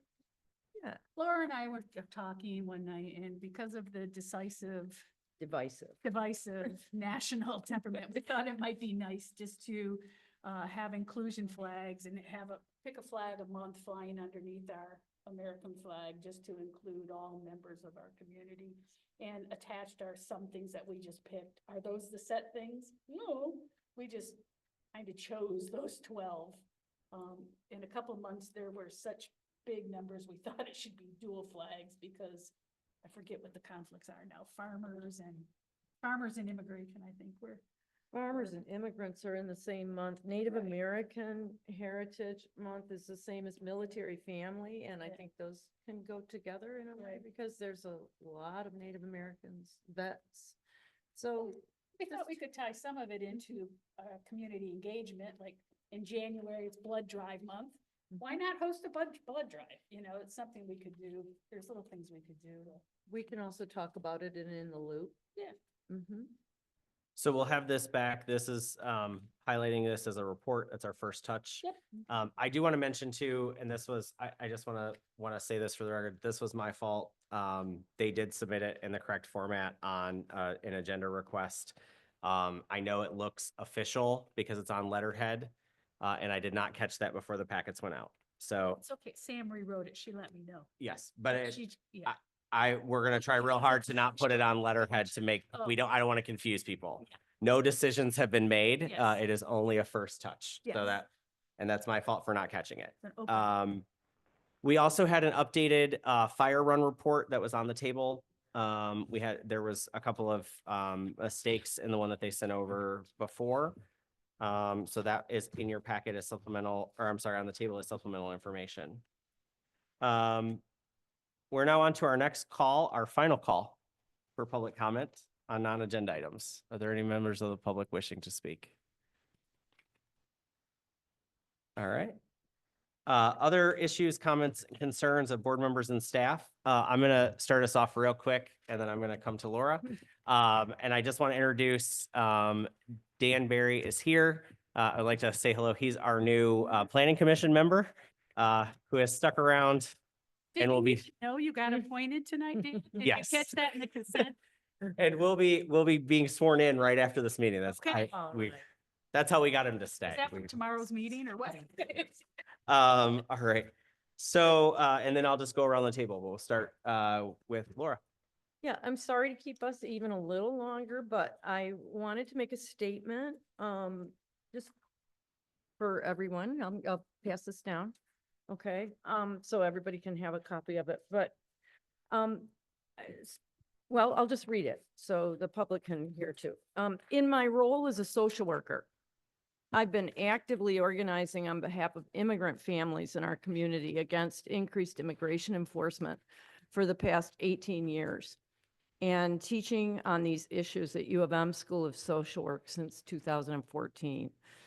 My expertise in this area has grown from my experience as a co-founder of the Washtenaw Interfaith Coalition for Immigrant Rights since 2008, and more currently MIRA, Movement for Immigrant Rights Action, a newly forming organization. Although immigration enforcement has been happening in Washtenaw County for decades, the new federal administration has prioritized enforcement activities that focus on the deportation of millions of undocumented immigrants who have been in the U.S. for years and whose families are positively embedded in our society. Immigrants dwell and work everywhere in Washtenaw County, contributing to our economy, our workforce, the success of local businesses, farms, and our tax base. Current U.S. immigration policy focused on increased and often inhumane enforcement has instilled fear in our immigrant families, their friends, neighbors, and our community at large, regardless of immigration status. Our township residents may not be aware that 7 to 10% of people in the United States live in mixed status families, meaning that one or more people in the family lacks authorized documents and are at risk of targeted immigration enforcement. However, all immigrants are at risk of scrutiny and potential detainment regardless of their documentation status. Based on my expertise, I would like to offer the township and surrounding area residents, business owners, organizations, agencies, and groups community education on this topic. Specific areas of interest include, but are not limited to, learning the facts and dispelling myths about immigrants and immigration policy, learning, quote, know your rights information regarding immigration enforcement in homes, vehicles, businesses, and other places of employment, understanding what it does and does not mean to be a sanctuary county or city, understanding the impact of current immigration enforcement on our local families and community, learning about volunteer opportunities to support immigrant families in our county. So please feel free to contact me through my general email at createcown333@gmail.com. Thank you. Thank you. Michelle. Brad? Alicia? Yep. Karen? Yes. So, sorry. Single hauler bids have gone out. They are due back February 28th. If anybody on this board or anybody in the executive team or anything receives emails, either with bid submissions or bid questions, I think we've handled all the questions, please send it to me so I can get it collated with the consultant and Theo, and the three of us are working through this. We'll have the bids at the end of the month and we'll be opening them March 3rd is on the plan. Great. Janice? All right. No further business. We will adjourn the meeting at 9:09 PM. Lord.